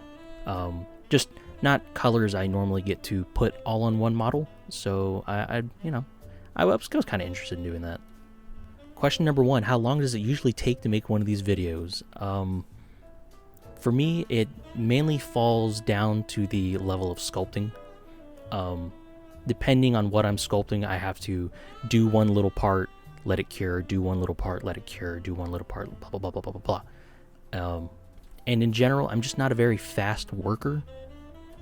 I'd say in general, for like just like a standard, like the Barghese video, like one mini to a video, maybe about 2 weeks. The majority of my time is spent, like whenever I get home at about 10:30, I might take a shower. So anywhere from like 11 to about 4 o'clock in the morning is when I try to get the majority of my work done. But I I will opt to delay it, if I want to, if my girlfriend wants to hang out or somebody wants to show me something, I try not to completely neglect my relationships. Which is hard because sometimes I just get home and it's like, man, I just want to fucking sculpt, don't bother me. But, I gotta be a reasonable human being. For the long-term videos, like the Shattered Legions, that's like 5 minis to a batch. That one was about a month. Although this question is making me think of like trying to keep track of my work time. I feel like that would be useful, not just as a general gauge for myself, because I do have a lot of random stuff and stats, and I keep track of a lot of things in like a little Excel sheet or Google Doc. But I feel like that would be a useful number to have for myself. But yeah, the Shattered Legions video took about a month. The Abyssal Crusade was about 3 weeks. It all boils down to the conversion work. If it's like a quick and dirty boom bam bop kind of a conversion, I can just knock it out. But if I'm sitting there doing some extensive sculpting, it does drag on. What has been my favorite miniature that I've painted for these sorts of videos? When you say these sorts, I'm just going to kind of assume my obscure lore series. I really enjoyed the Grey Death in the Abyssal Crusade video. For Shattered Legions, I really liked how my Black Dragon and my Ashen Claws came out. And in the Obscure Warbands series, I kind of liked all of them that weren't the Dragon Warriors. I feel like I kind of dropped the ball on the scale pattern there. The Mythos Angelica Mortis had a good bit of minis, not just in general, but some that I really did like. I really liked the Marines Exemplar, the Iron Talons. A lot of people really liked the Viper Legion, and that makes me feel good. The Vigilators and the Tomahawks were also very popular. Actually, yeah, Viper Legion, Tomahawks, Vigilators, the Knights of Gold as well. Seeing how people responded positively to them makes me like them. Which, I mean, I like them anyways, but seeing that you guys like them as well, it's like, yeah, I did good. Also, I really enjoyed how I painted my Sloth. It wasn't exactly super difficult, but something about the colors just kind of look correct for them. I like the brown purple of the robes and the nastiness of the mucus. It all kind of works together in a way I really like. A question from Martyrer, who had a really cool color scheme for his Necrons, like a white beige mixed with metallic red. It looked really cool in my head. The question is, which villains do I adore just because they're villainy? I kind of assumed by the question that you meant in Warhammer, and it's a little difficult for me just because I'm not super familiar with all the characters.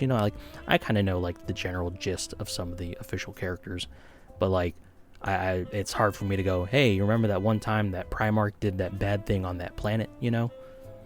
So yeah, it's a little hard for me to pick just one person. Like if we're talking like in any media, just being evil for the sake of evil, I really like Alial Satchez from Gundam 00. Like he flip-flops sides purely on the money and is fighting like he's like Sundowner, like war for the sake of war and profit. And yeah, he's just a little shit. Medicinal Madam of the Void Heralds asks if there's a particular creator I wish to be like or somebody I don't want to be like. In terms of like channel vibe, I'm pretty comfortable with just being myself. I don't feel like there's a mold I have to fit into. Like I can just come on mic and be myself. I've had some people on Instagram message me like, man, you're really laid back, and it's like, oh yeah, I don't. One, I do this hobby, at like 4 o'clock in the morning, so I don't have the energy to do anything, and yeah, I don't feel like I have to put on a persona.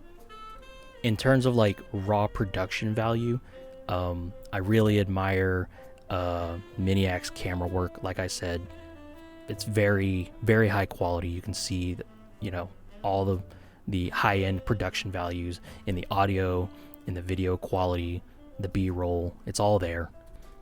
I really like watching Eric's Hobby Workshop. Very laid back, good camera work, very nice little diorama scenes with a green screen in the background. That's something I would totally do if I had the space to do literally any of that. As for particular individuals I don't want to be like, this may be weird since I was just praising him, but Miniac, I've been watching Miniac for a long time. He was one of the individuals that I took a lot of my early painting lessons from, him and Duncan and Jay from Mini Wargaming. But Miniac has stated multiple times that he's burnt out. And I understand, when you're at that level, you have to, your schedule isn't necessarily something you pick. You're chasing the bag, you got to get sponsorship money and whatnot. And there's always the urge to increase what you're doing. Everything's bigger and better, So I get it. Miniac is like on the very top end, like the danger zone for me. I'd like to be somewhere in the middle, like ideally I could be doing this as an occupation, live comfortably, not really, I'm not worried about where I'm going to be staying. I'm not worried about my bills, not being tugged around by sponsors. Like, I can reason myself into doing certain things, but if it gets to the point where somebody else is telling me how to run the channel, then I think I've gone off the deep end, Number 2, do I ever worry about my content or community pigeonholing me? Slightly, I guess. I don't necessarily mind being an obscure lore guy. That's something I do enjoy. I actively like making these obscure lore videos. But for me, I think, like, I obviously do a bunch of stuff on the side as well. I do, video game builds and whatnot. And, well, less lately. And I've kind of already accepted that content isn't going to be nearly as successful as my Warhammer content, and I know that going into it. Like, I have a video game project I want to do upcoming. It's another little diorama, because I really had a lot of fun making that Dark Cloud diorama. But going into it, knowing that, hey, most people are here for 40k content, I guess puts it all into perspective. So if I put something out and it only gets a couple hundred views, I'm not too upset about it. That's one reason why I'm really hoping for more support on Patreon as well. So the people I know, hey, I'll watch anything. I just like when you tell a story, or I just like how you present things. So that way, whenever I put out something that isn't Warhammer, my main backers won't exactly feel like they've been cheated out of something. Like, I'm fine with, being in the Warhammer space, but I want to be able to do other things on the side. Like, not necessarily, I'm going to profit off of this, or, hey, I'm doing really good on this side thing, and then that would kind of end up splitting the channel, but just more, I want the freedom to do other craft things. Like, if I had my own space, I would definitely do a lot more terrain and dioramas and whatnot. But, somewhere down the road, I know for a fact I want to make game systems, because that's what I have done for many years. I make, like, I've made role-playing systems, I've made homebrew for other role-playing systems, and I want to do something like that on this channel. I want to make my own skirmish game. But I think what I'm trying to get at is, if it gets to the point where I'm making something and people actively don't want it, then I think that would be the point where I got pretty demotivated. I know there are a couple people, like a couple hardcore fans here that'll watch, they've said, hey, I'll watch anything you put out. I just like how you present things. And, that makes me feel good. But I'd say for the most part, no, the pigeonholing doesn't really bother me, as long as it does not come at the detriment of me experimenting with things on the side. Number 3, thoughts on mushrooms in my meals. I really like mushrooms. I don't eat them nearly as often though. I've had this problem. I don't go to a lot of buffets, but last time I was up at a Chinese buffet, I stuffed myself with the little grilled mushrooms and white rice. That was it, just grilled mushrooms and white rice, nothing else. And I was like, holy shit, I paid all this money to come in here to eat fucking mushrooms and rice? I could do this at home. But oh my god, dude, it's so like it's so good. I cannot help myself. It's so good. I love mushrooms. Next question is from Boa Noah. Quick note, he says, oh, sorry if my faction is cringe. Haha, no. Okay? Don't apologize for your cringe. First off, it's not cringe, because it's actually fucking cool. Second of all, even if you are cringe, embrace it. Dude's like, oh, sorry for my cool coral necrons or whatever. I'm saying it like it's not the coolest shit ever. Question number 1, do I play Final Fantasy XIV or any other MMO? I currently do not play any MMO. The closest is logging on to Mabinogi every once in a while to have a nostalgic walk around or maybe do an event, and then I log off. It's hard to play an MMO.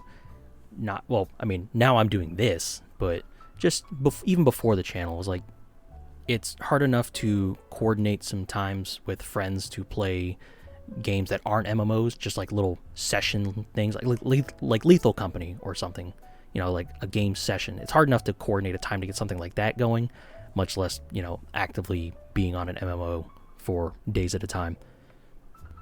In particular, Final Fantasy XIV, no, and I do not think I ever will. I actively hate tab target combat. A lot of the MMOs I really enjoyed, like Terra and Dragon Nest, are very action focused, and Mabinogi in particular has like this very I describe it as like rock paper scissors lizard Spock combat. Like, guy uses a skill, this skill trumps it in this way, and you can set yourself up for this skill, but it's a mess. But no, I'm not opposed to the idea of playing an MMO. Nothing's really, like, that scene's been on the decline for a while. Like, I didn't bother with New World. I knew it was gonna flop. Black Desert is a single player game, let's be honest.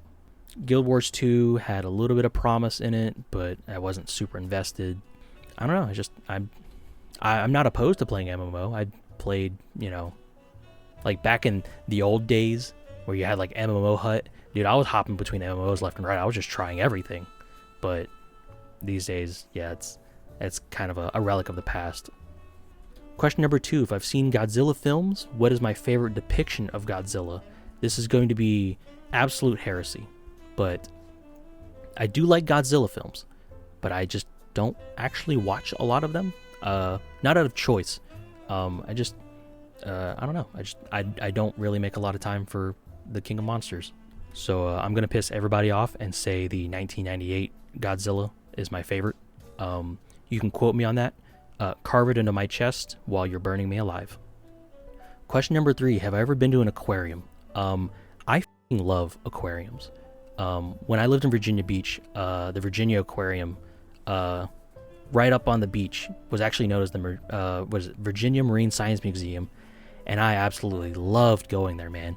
You had all these tanks for sea creatures, and then out in the back, there were like all these exhibits showing the importance of like the whole watershed area and the estuaries, how the meeting of fresh water meets salt water, affects the environment.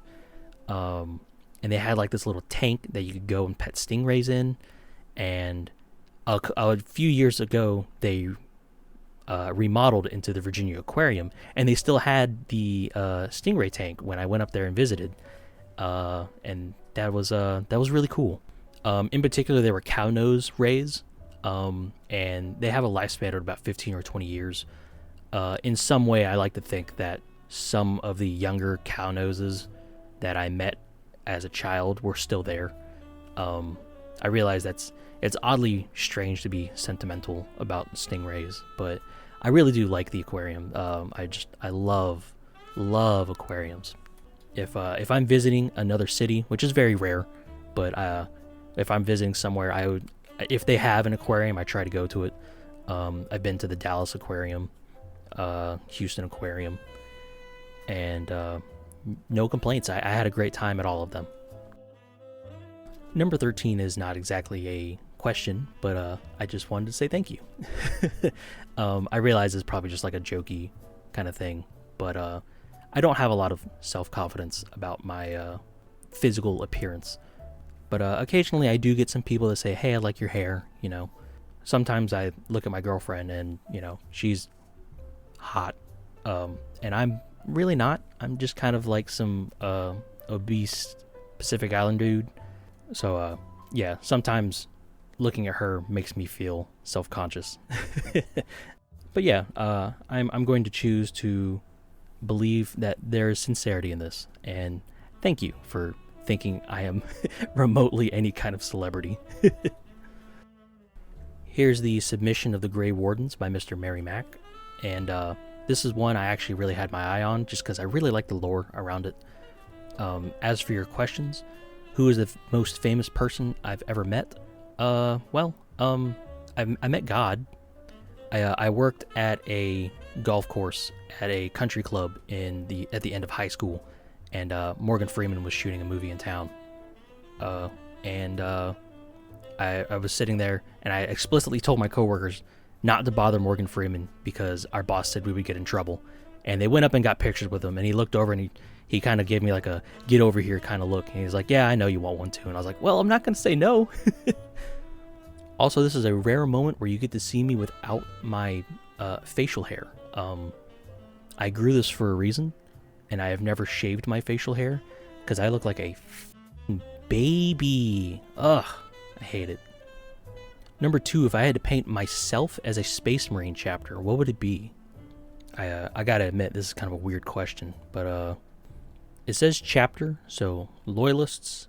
Okay, I've been sitting here for like 10 minutes trying to think of something. I was gonna say Black Templar, but just for the sake of body paint, I'll go Crimson Fists. Why not?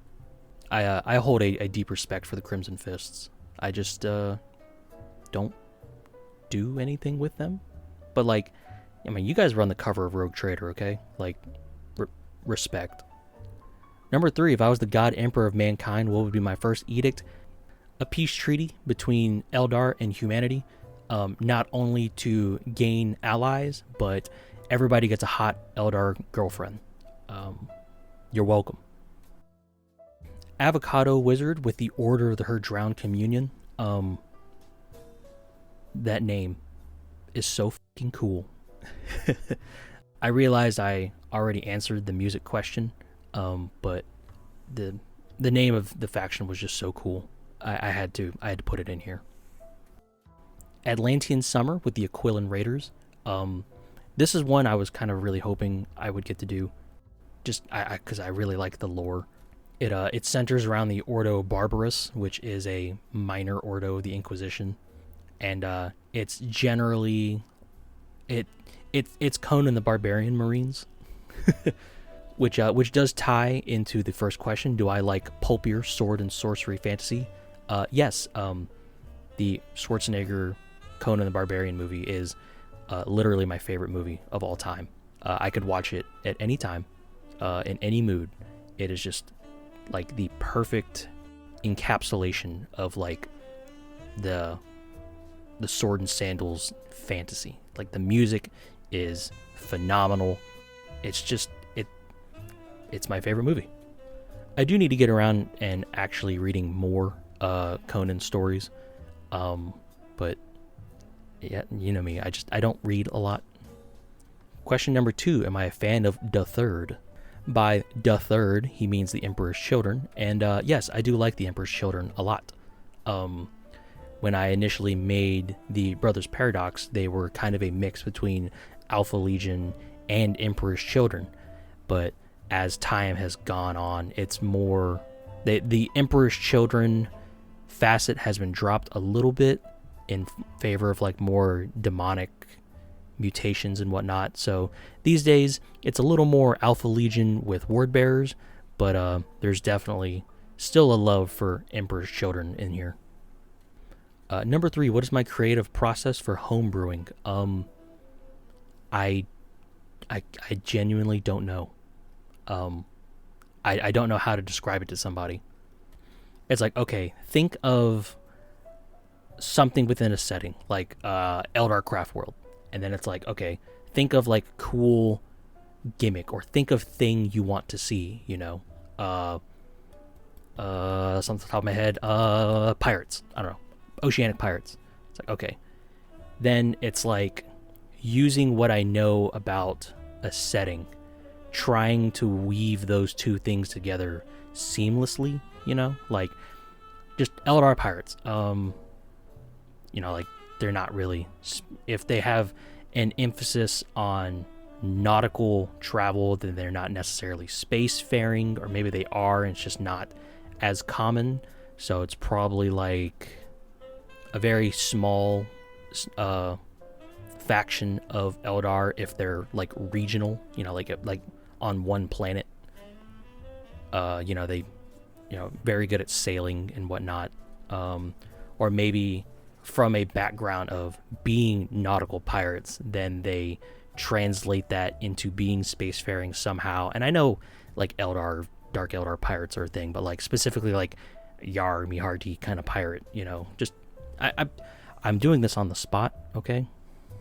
But yeah, essentially look at thing that has potential to be expanded upon, and then find a direction I want to expand it into, and then try to logically bridge them together in a way that doesn't suck. Acid Beast with Godsmack, yes, like the band. If this was one of the winners, I actually have one of the old, or not old, but the newer single Noise Marine model, and it's been sitting in a box for like 4 years. I've never gotten to do anything with it, but I was going to use it on this mini. But yeah, they didn't have any questions. I just really like, yeah, here's fucking Godsmack, you know, put it down on the table. They'd be like your opponent walking up to be like, yeah, this is my this is my Imperial Guard regiment, Limp Biscuit or some shit like that. I don't know, it's just funny. Rough Time 666 with the Dune Wolves. This one was pretty interesting because, like, you know, Space Wolves are synonymous with like a snowy terrain, and the name Dune Wolves is just, I was thinking of like, you know, like a desert, and I don't know, that was kind of cool. As for the question, have I looked into any alternate heresy stories or characters? I know a lot of people have asked about Dornian heresy. It's not something I've really looked into intensely, but I'm open to the idea. It's just I don't really necessarily have a overwhelming urge to get into it, you know. As for the second question, I've answered my Emperor's Champion already, but I'll give you another model for this one. I actually really like my Mutilator Lord that I made recently. Like, it's very Chaos Space Marine to me, and it's just like the painting is solid, the conversion work is solid, in my opinion, you know. It's all my opinion. But I really like my Mutilator Lord. I do like Bosphoramos, my sorcerer on disc, and I do like my sword sorcerer, but out of all my Chaos Space Marine HQ units, he's definitely my favorite. He's also shockingly doing pretty well on Instagram too. I don't necessarily post a lot on Instagram, mainly just because I forget about it, but yeah, he's doing good numbers over there, which well, that's nice. New Warhammer nerd with the Vaqueros.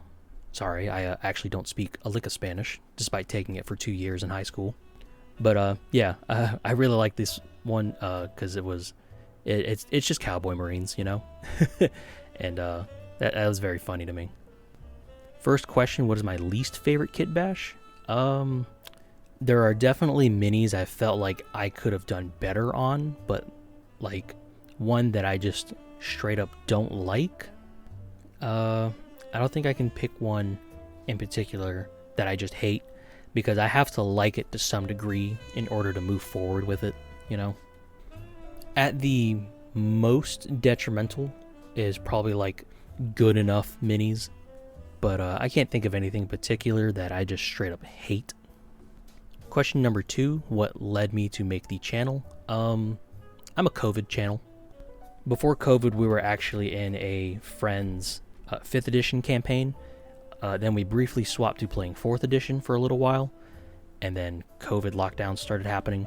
So we were just sitting around the house, and I was like, you know what? I remember this one video I made from like a million years ago. Let me try my hand at being a minor YouTuber. And I put out, you know, a few little early tutorials, did some scratch building, but I think whenever I decided to go in on Indomitus, whenever it came out, that's kind of where the majority of my channel's direction was established. Making a build diary off of what I was making from Indomitus, then expanding out into another army, and then it just kind of goes from there, you know? And the last one, do I have a favorite paint scheme? I don't know if you mean like one in particular, but in general, if I had to pick like a standard scheme, I really like quartered Marines. Over the Obscure Lore series, I've come to find out that I like minis with both of their arms and their head colored one way and then the rest of the body another way. Like the Marines Exemplar and the Blackguard. And that's not just for Marines, just things in general. But I really like odd patterns, whether they're like painted on flames or like some kind of weird camo, or just like a very odd color distribution across the mini. On the other side of the coin, I think that's why I tend to not really be drawn to like mono-colored schemes. Like, my guys are all black, you know? It's like, oh wow, okay, cool. All black, done. You know, it feels like there's potential for something there. But, you know. Dumb robot stuff with Forge World Excellion New. Actually, one of the few AdMech suggestions that we got in the comment section. I did not realize that I had put so many overlapping questions in here, because he also asked what is my favorite model to make. But I'm going to spin it a little bit, because I've answered what my favorite model is with the Emperor's Champion, and then I also said I like my Mutilator Lord. So I will answer what is my favorite Xeno model I've made so far. And it's definitely the Sloth, in particular the one that was just a modified wizard. Obviously I went through the effort of sculpting my own Sloth, but I really like the pose, I guess, for the Sloth holding his scroll up. The robe's not looking like dog shit either. That helps. But yeah, I really like that model. He's just kind of cool to look at every once in a while. Number 2, do I have any go-to paint recipes or techniques that I can recommend? I dry brush a lot of shit. If you are okay with the texture, like I am okay with the texture that dry brushing can leave, and sometimes I prefer it. But you can paint a lot of things very quickly if you dry brush. For the very small things like power armor tubing and belts and pouches and whatnot, if you get yourself a solid triad of colors that just contrast right out the gate, you can save a lot of time painting all the mundane stuff that's not interesting, like a Space Marine's like holster and some bags on the back. If you have a set of 3 colors that you can just go, okay, dark brown, light brown, and then like a tan, like to kind of dust over it. You don't have to worry about mixing your paints. You don't have to. It's, you know, the process, so you can just go beam boom bop and be done. You know, like for me, black power armor, black things in general. Vallejo dark gray, Vallejo neutral gray, Vallejo sky gray. Boom bam bop. Don't got to think about it. It's done. You know, and I can paint black very well and very quickly. The time that you initially invest into perfecting a process will pay dividends later on. And question number 3, how are the Exodites coming along? It's pretty fucking slow. Since the last Exodite video, there's been no concrete progress because I've been distracted doing all this other stuff. But while I was working on many other things in the background, I have been, well, this is going to be in the next video. Like, it's straight up slated to be the next video. But I mentioned that one of the things I wanted to do was recast my Fire Prism, the Celtis Queen, and I have already made molds for it, and I have recasted one complete Celtis Queen. I haven't done any parts cleanup yet, but like, it's there, you know. It looks like it's a bunch of little resin pieces in a baggie. And for my army, I wanted at least 2, so for the video, I'm gonna have to make another one and then do all the cleanups. But like, the Fire Prism hurdle is almost over, and I've set myself up making very strong molds. So down the road, if I wanted to recast some more Fire Prisms as like a giveaway kind of thing, I can. But right now, I'm just gonna focus on 2 because as soon as I get over the Fire Prism hurdle, it's gonna feel like a weight has been off my shoulders, and then I immediately want to do probably like a Wave Serpent. I also have some plans in mind for some Howling Banshees. So yeah, I'm not out of motivation, I'm not out of ideas or anything. It's just a matter of actually focusing on it and doing it. Because like I said earlier, I don't have a lot of free time to work on models on the side. I'm always trying to do something for the channel or prep for the next video or whatever. After the Fire Prism, I've got a little 5 video series that I want to do that shouldn't take too long to make, but you know, I'm not done with your dudes at the time of recording this, but I've already sketched out and prepared the 5 models I'm going to make for that series. You know, I'm always trying to stay one step ahead because I know what it's like for me to get distracted super easily, but if I prepare the next project, I can just jump to it, you know, and hopefully stay on track. But in regards to the Exodites, ideally, the new Monster Hunter game, Monster Hunter Wilds, has been announced, and I'm not going to make any promises, but I would love to have at least 1,000 points in that army before Wilds comes out. Ideally, it would be 1,000. Best case scenario would probably be about 1,500. But yeah, I just want to have something concrete before Wilds comes out. Because I know when Wilds comes out, the default biome was like a desert.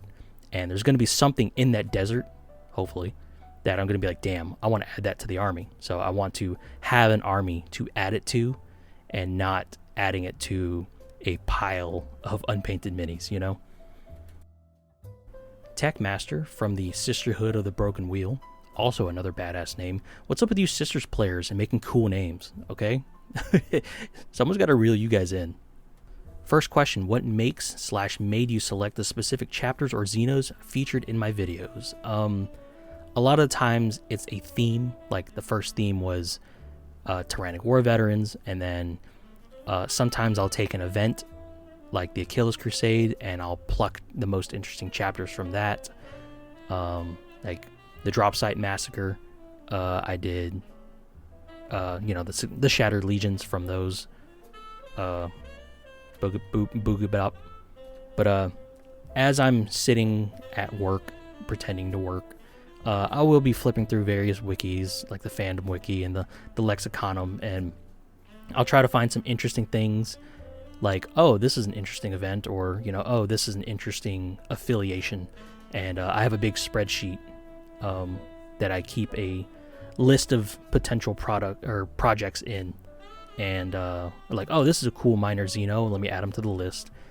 And then when it comes time to finally get off the ground and make a project, I go to the list and I'm trying to cross out everything I've added to it, which is hard because I keep adding to the list.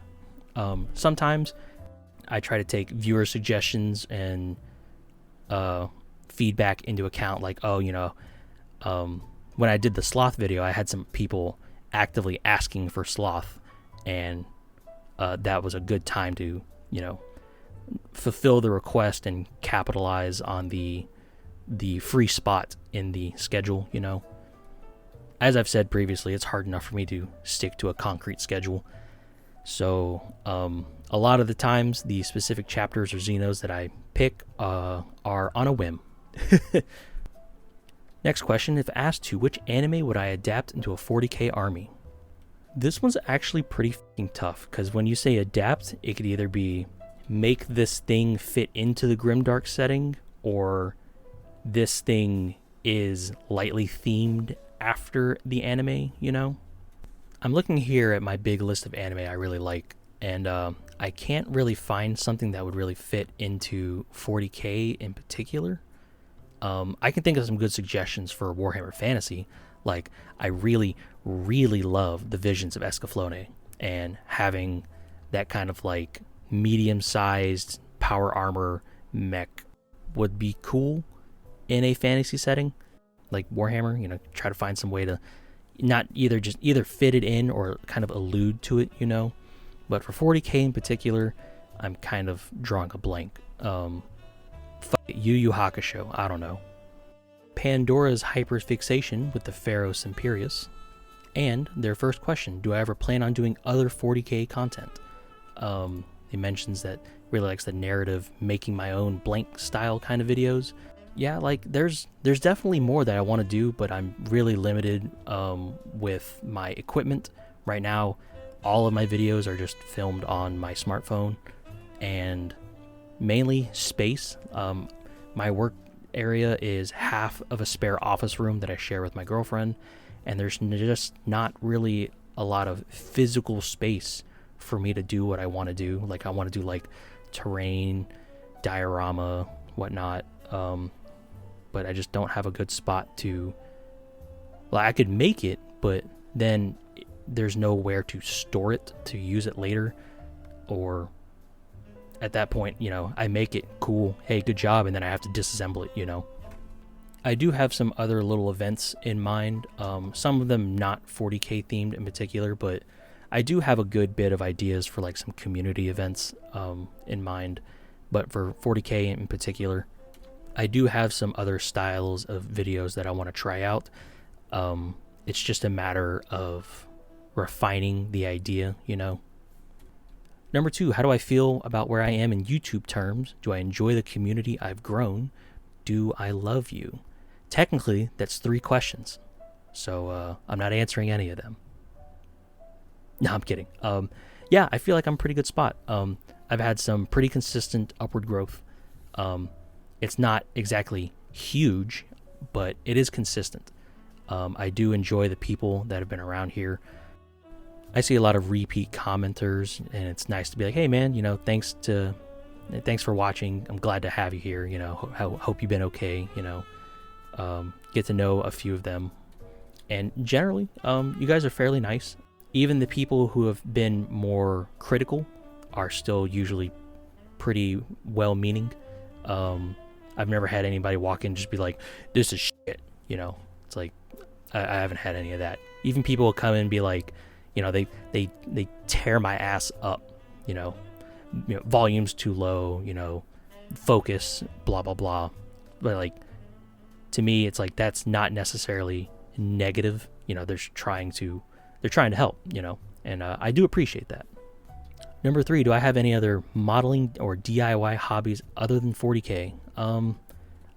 My modeling background in particular falls into Gunpla, Gundam models, and it's not something I consistently do.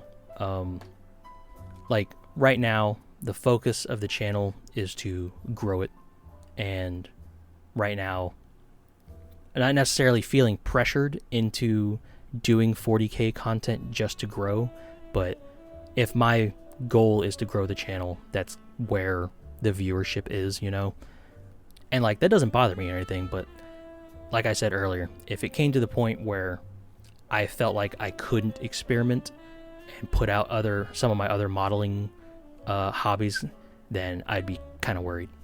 But in particular, Warhammer, Gundam models, And I guess now, by the extension of my work, sculpting.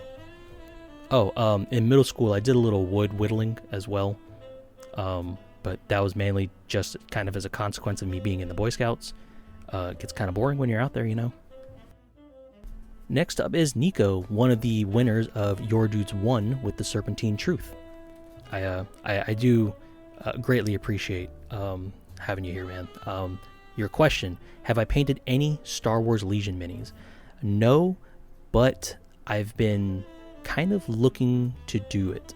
For the longest time, I've been looking for an excuse to do a playthrough of Star Wars Republic Commando, and just recently I learned that they're having some Republic Commando miniatures come out, and I would love to convert a squad of them into the characters from Republic Commando.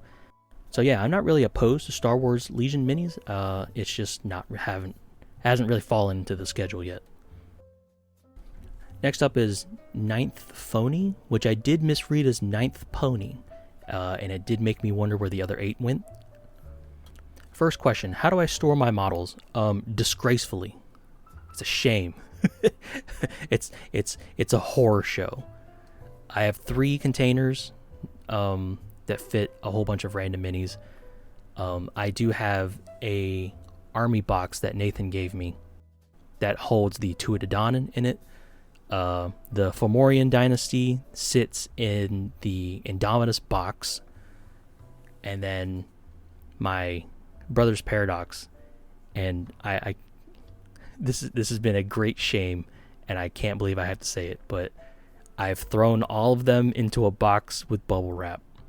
I don't have a spot for them, and they're just thrown in there. They've got a lot of matte varnish on them. Some have gloss varnish, so I'm not worried about damage. But yeah, they're just in a box. But I do have a twofold plan. Hopefully, if it works out, I'll be able to revamp the bases and get some better storage for them in one swoop. But that's still in development there. Number 2, do I think brush licking is safe? I sure fucking hope it is, because if not, I'm gonna die. Whenever I'm trying to get a good point on my brush, whenever I'm storing it, like rinse it with water, put a little paint cleaner on it, and then wash it off with water again. I always lick it into a nice tip, which does help with storage. It keeps the tip in the storage, in my experience. But I very rarely eat paint while I'm painting. If I'm doing like some wet blending, I might, but otherwise, I pretty much just use my tongue to finalize the tip for storage. And number 3 is such a f***ing doozy. Favorite anime OP. I have so many favorite anime OPs. You have no idea. I will start off by saying the Gundam series has not had a bad OP. Even Seed Destiny, I will stand by it to the end of time. Like, there are no bad Gundam intros. I have most recently finished like animes with intros. I watched Doc Hack Sign, and I really love Obsession. That's such a good song. I finished Noir, and something about Noir's opening is so stylish. I love like the beat, the whole aesthetic of the song. It's haunting. Like I hear this shit in my sleep. I love Noir's opening, and I think I just like that anime more than I think I do. I might have to rewatch it because I had a lot of fun with it. It's not exactly a fast-paced, super actiony anime, but I don't know. The soundtrack is just amazing. I really, really enjoy the energy of the Godanner OP. Godanner was so good, and that intro is so mecha. It's so good. I very much enjoy the original Guyver's opening. Razafon has a good opening, even though everyone's like, oh, it's the Ava clone. It's like, yeah, okay, it's an Ava clone, but it's still really good. Speaking of, Cruel Angel's Thesis is legendary. I am a very big Evangelion decrier. I think it's overrated. But Cruel Angel's Thesis it's Cruel Angel's Thesis. Like, it's godly. It's legendary. A little smaller end mecha show that I watched was Key, the Metal Idol. I really, really enjoy the English dub of that opening. I think the singer gives a phenomenal performance. It's been, I think, about 7 years since I've watched it, and I'm still not sure if I hate that show. I think I hate it, but I think I kind of like it, but I think I hate it. I'm not sure. All right, I'm gonna try to get through this quickly, because I could be here all day. Revolutionary Girl Utena opening, amazing. It's just simply amazing. It's up there with like Noir. Like, it's so good. Scried had Reckless Fire with the Spanish guitar, amazing. Technolize, Juno Reactor actually made that one. The song's called Guardian Angel, and when I watched it for the first time, I was like, damn, this is awesome. Technolize was a complete drag to get through. Is probably the slowest anime I've ever watched, but I always loved the opening. As I said, Visions of Escaflowne is amazing. I love this anime to death, and the OP is, I could not imagine Escaflowne with a different OP. Like, it's perfect, and the ending song, Mystic Eyes, is super catchy. Yu Yu Hakusho had Smile Bomb. I love Smile Bomb to death.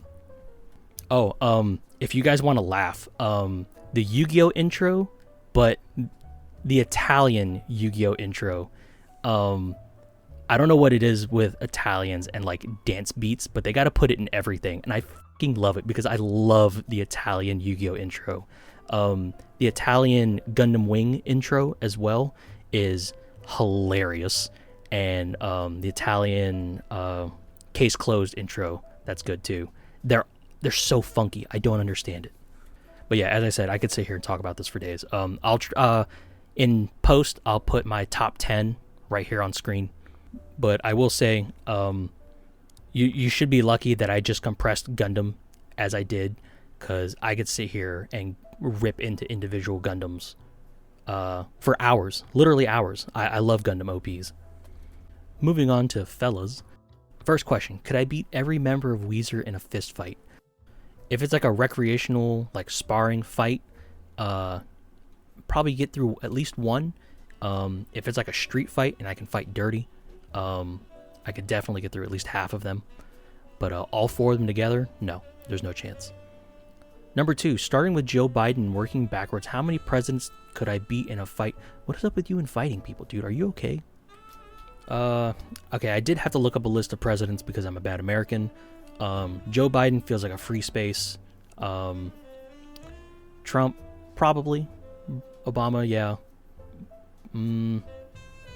I could probably get down to at least Bill Clinton.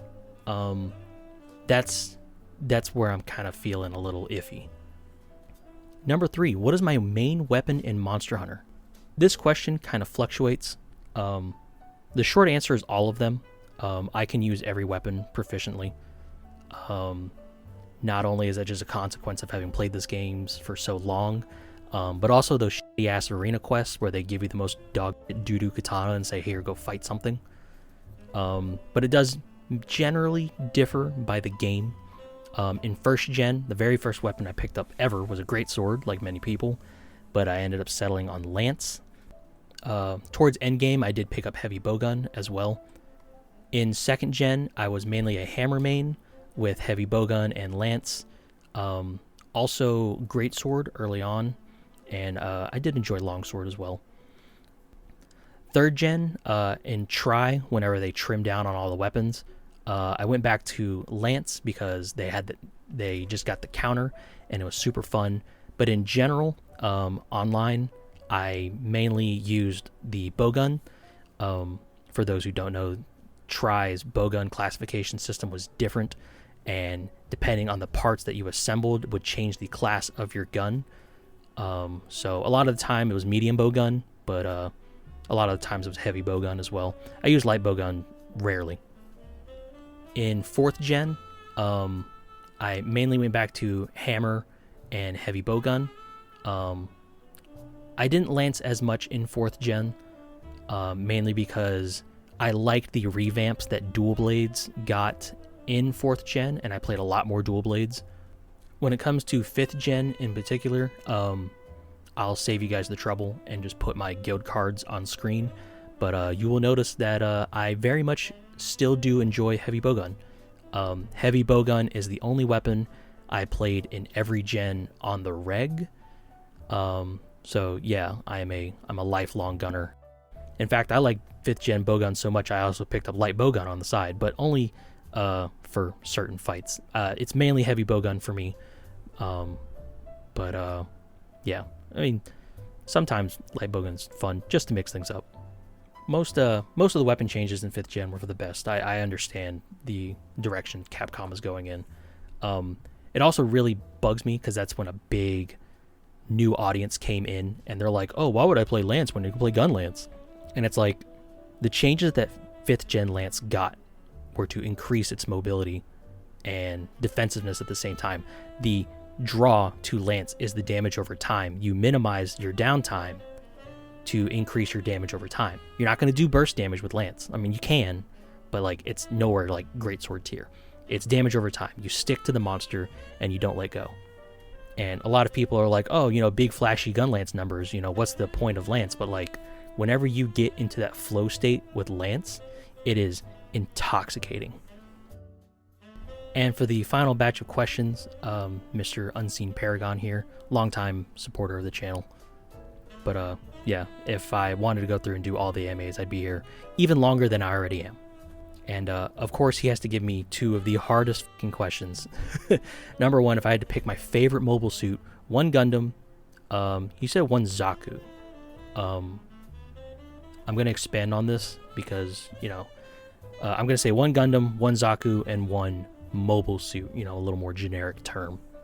And I'll go ahead and answer the Zaku. I really like the super custom Zaku F2000, mainly out of sheer absurdity, but as for like a straight up Zaku. I know I said I hate Sea Destiny, but I'm very fond of the Zaku Warrior used by Luna Maria Hawk, mainly because that Zaku Warrior was my main in Gundam vs. Full Burst, which is just a criminally underrated game. I wish that would get a PC port and, you know, get some spotlight in the West, because that's a really fucking fun game.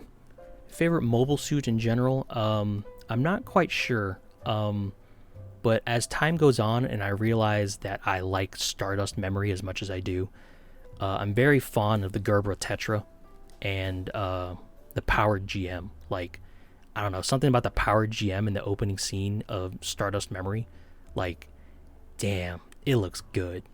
I was very upset in Build Fighters Try when they benched the GM Cardigan for a little SD shit. I'm still mad. But when it comes to Gundam, that one's a lot harder. My initial inclination is to say either Burning or Exia, and there are I could fill this entire screen with Gundams that I like.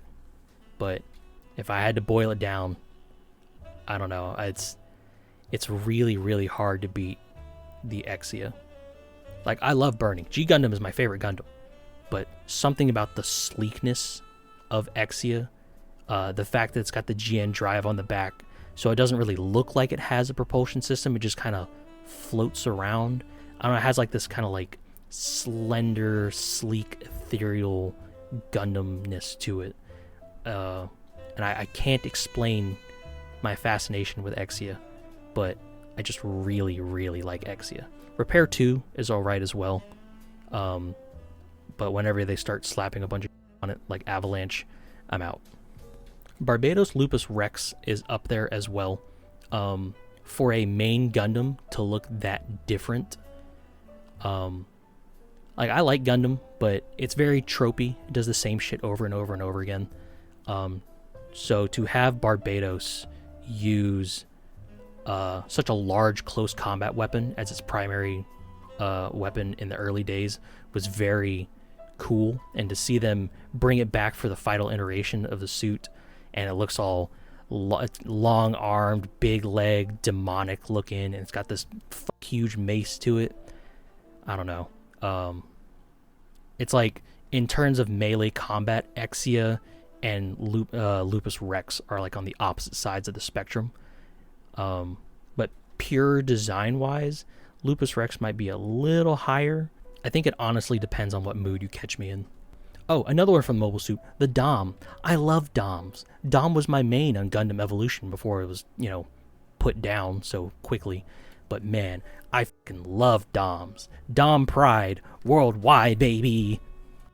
As for the second question, the celebrity crush, when I brought it up initially, it was just kind of a joke, but I guess I am obligated to answer you now. For me personally, the Holy Trinity lies between Emma Watson, Olivia Wilde, and Avril Lavigne. But if I was forced to spitball a couple, Alison Michalka, Anne Hathaway, Amy Adams, and Sydney Sweeney. So that reaches the end of the AMA pseudo podcast hangout section. I hope you guys enjoyed the minis, and I hope you guys enjoyed not only just talking a little bit more about behind the scenes, but like things I've got planned, how I do things. I don't know. I hope there was some insight in there for somebody, or you're painting a squad of dudes and you just wanted to listen to me talk a little more. Apparently some people like my voice. I don't really understand. I don't think I have an explicitly attractive voice or even a pleasing voice at all. And when I'm talking, if I don't really have an idea of what I'm saying, my flow is a little stop and go, which I understand can be annoying, but yeah, that's kind of the reason why when it comes to my actual videos, I try to write a script so I know what the hell I'm actually going to say. But yeah, thanks for hanging out, thanks for looking at the minis, and I'll see you guys in the next one. Thank you.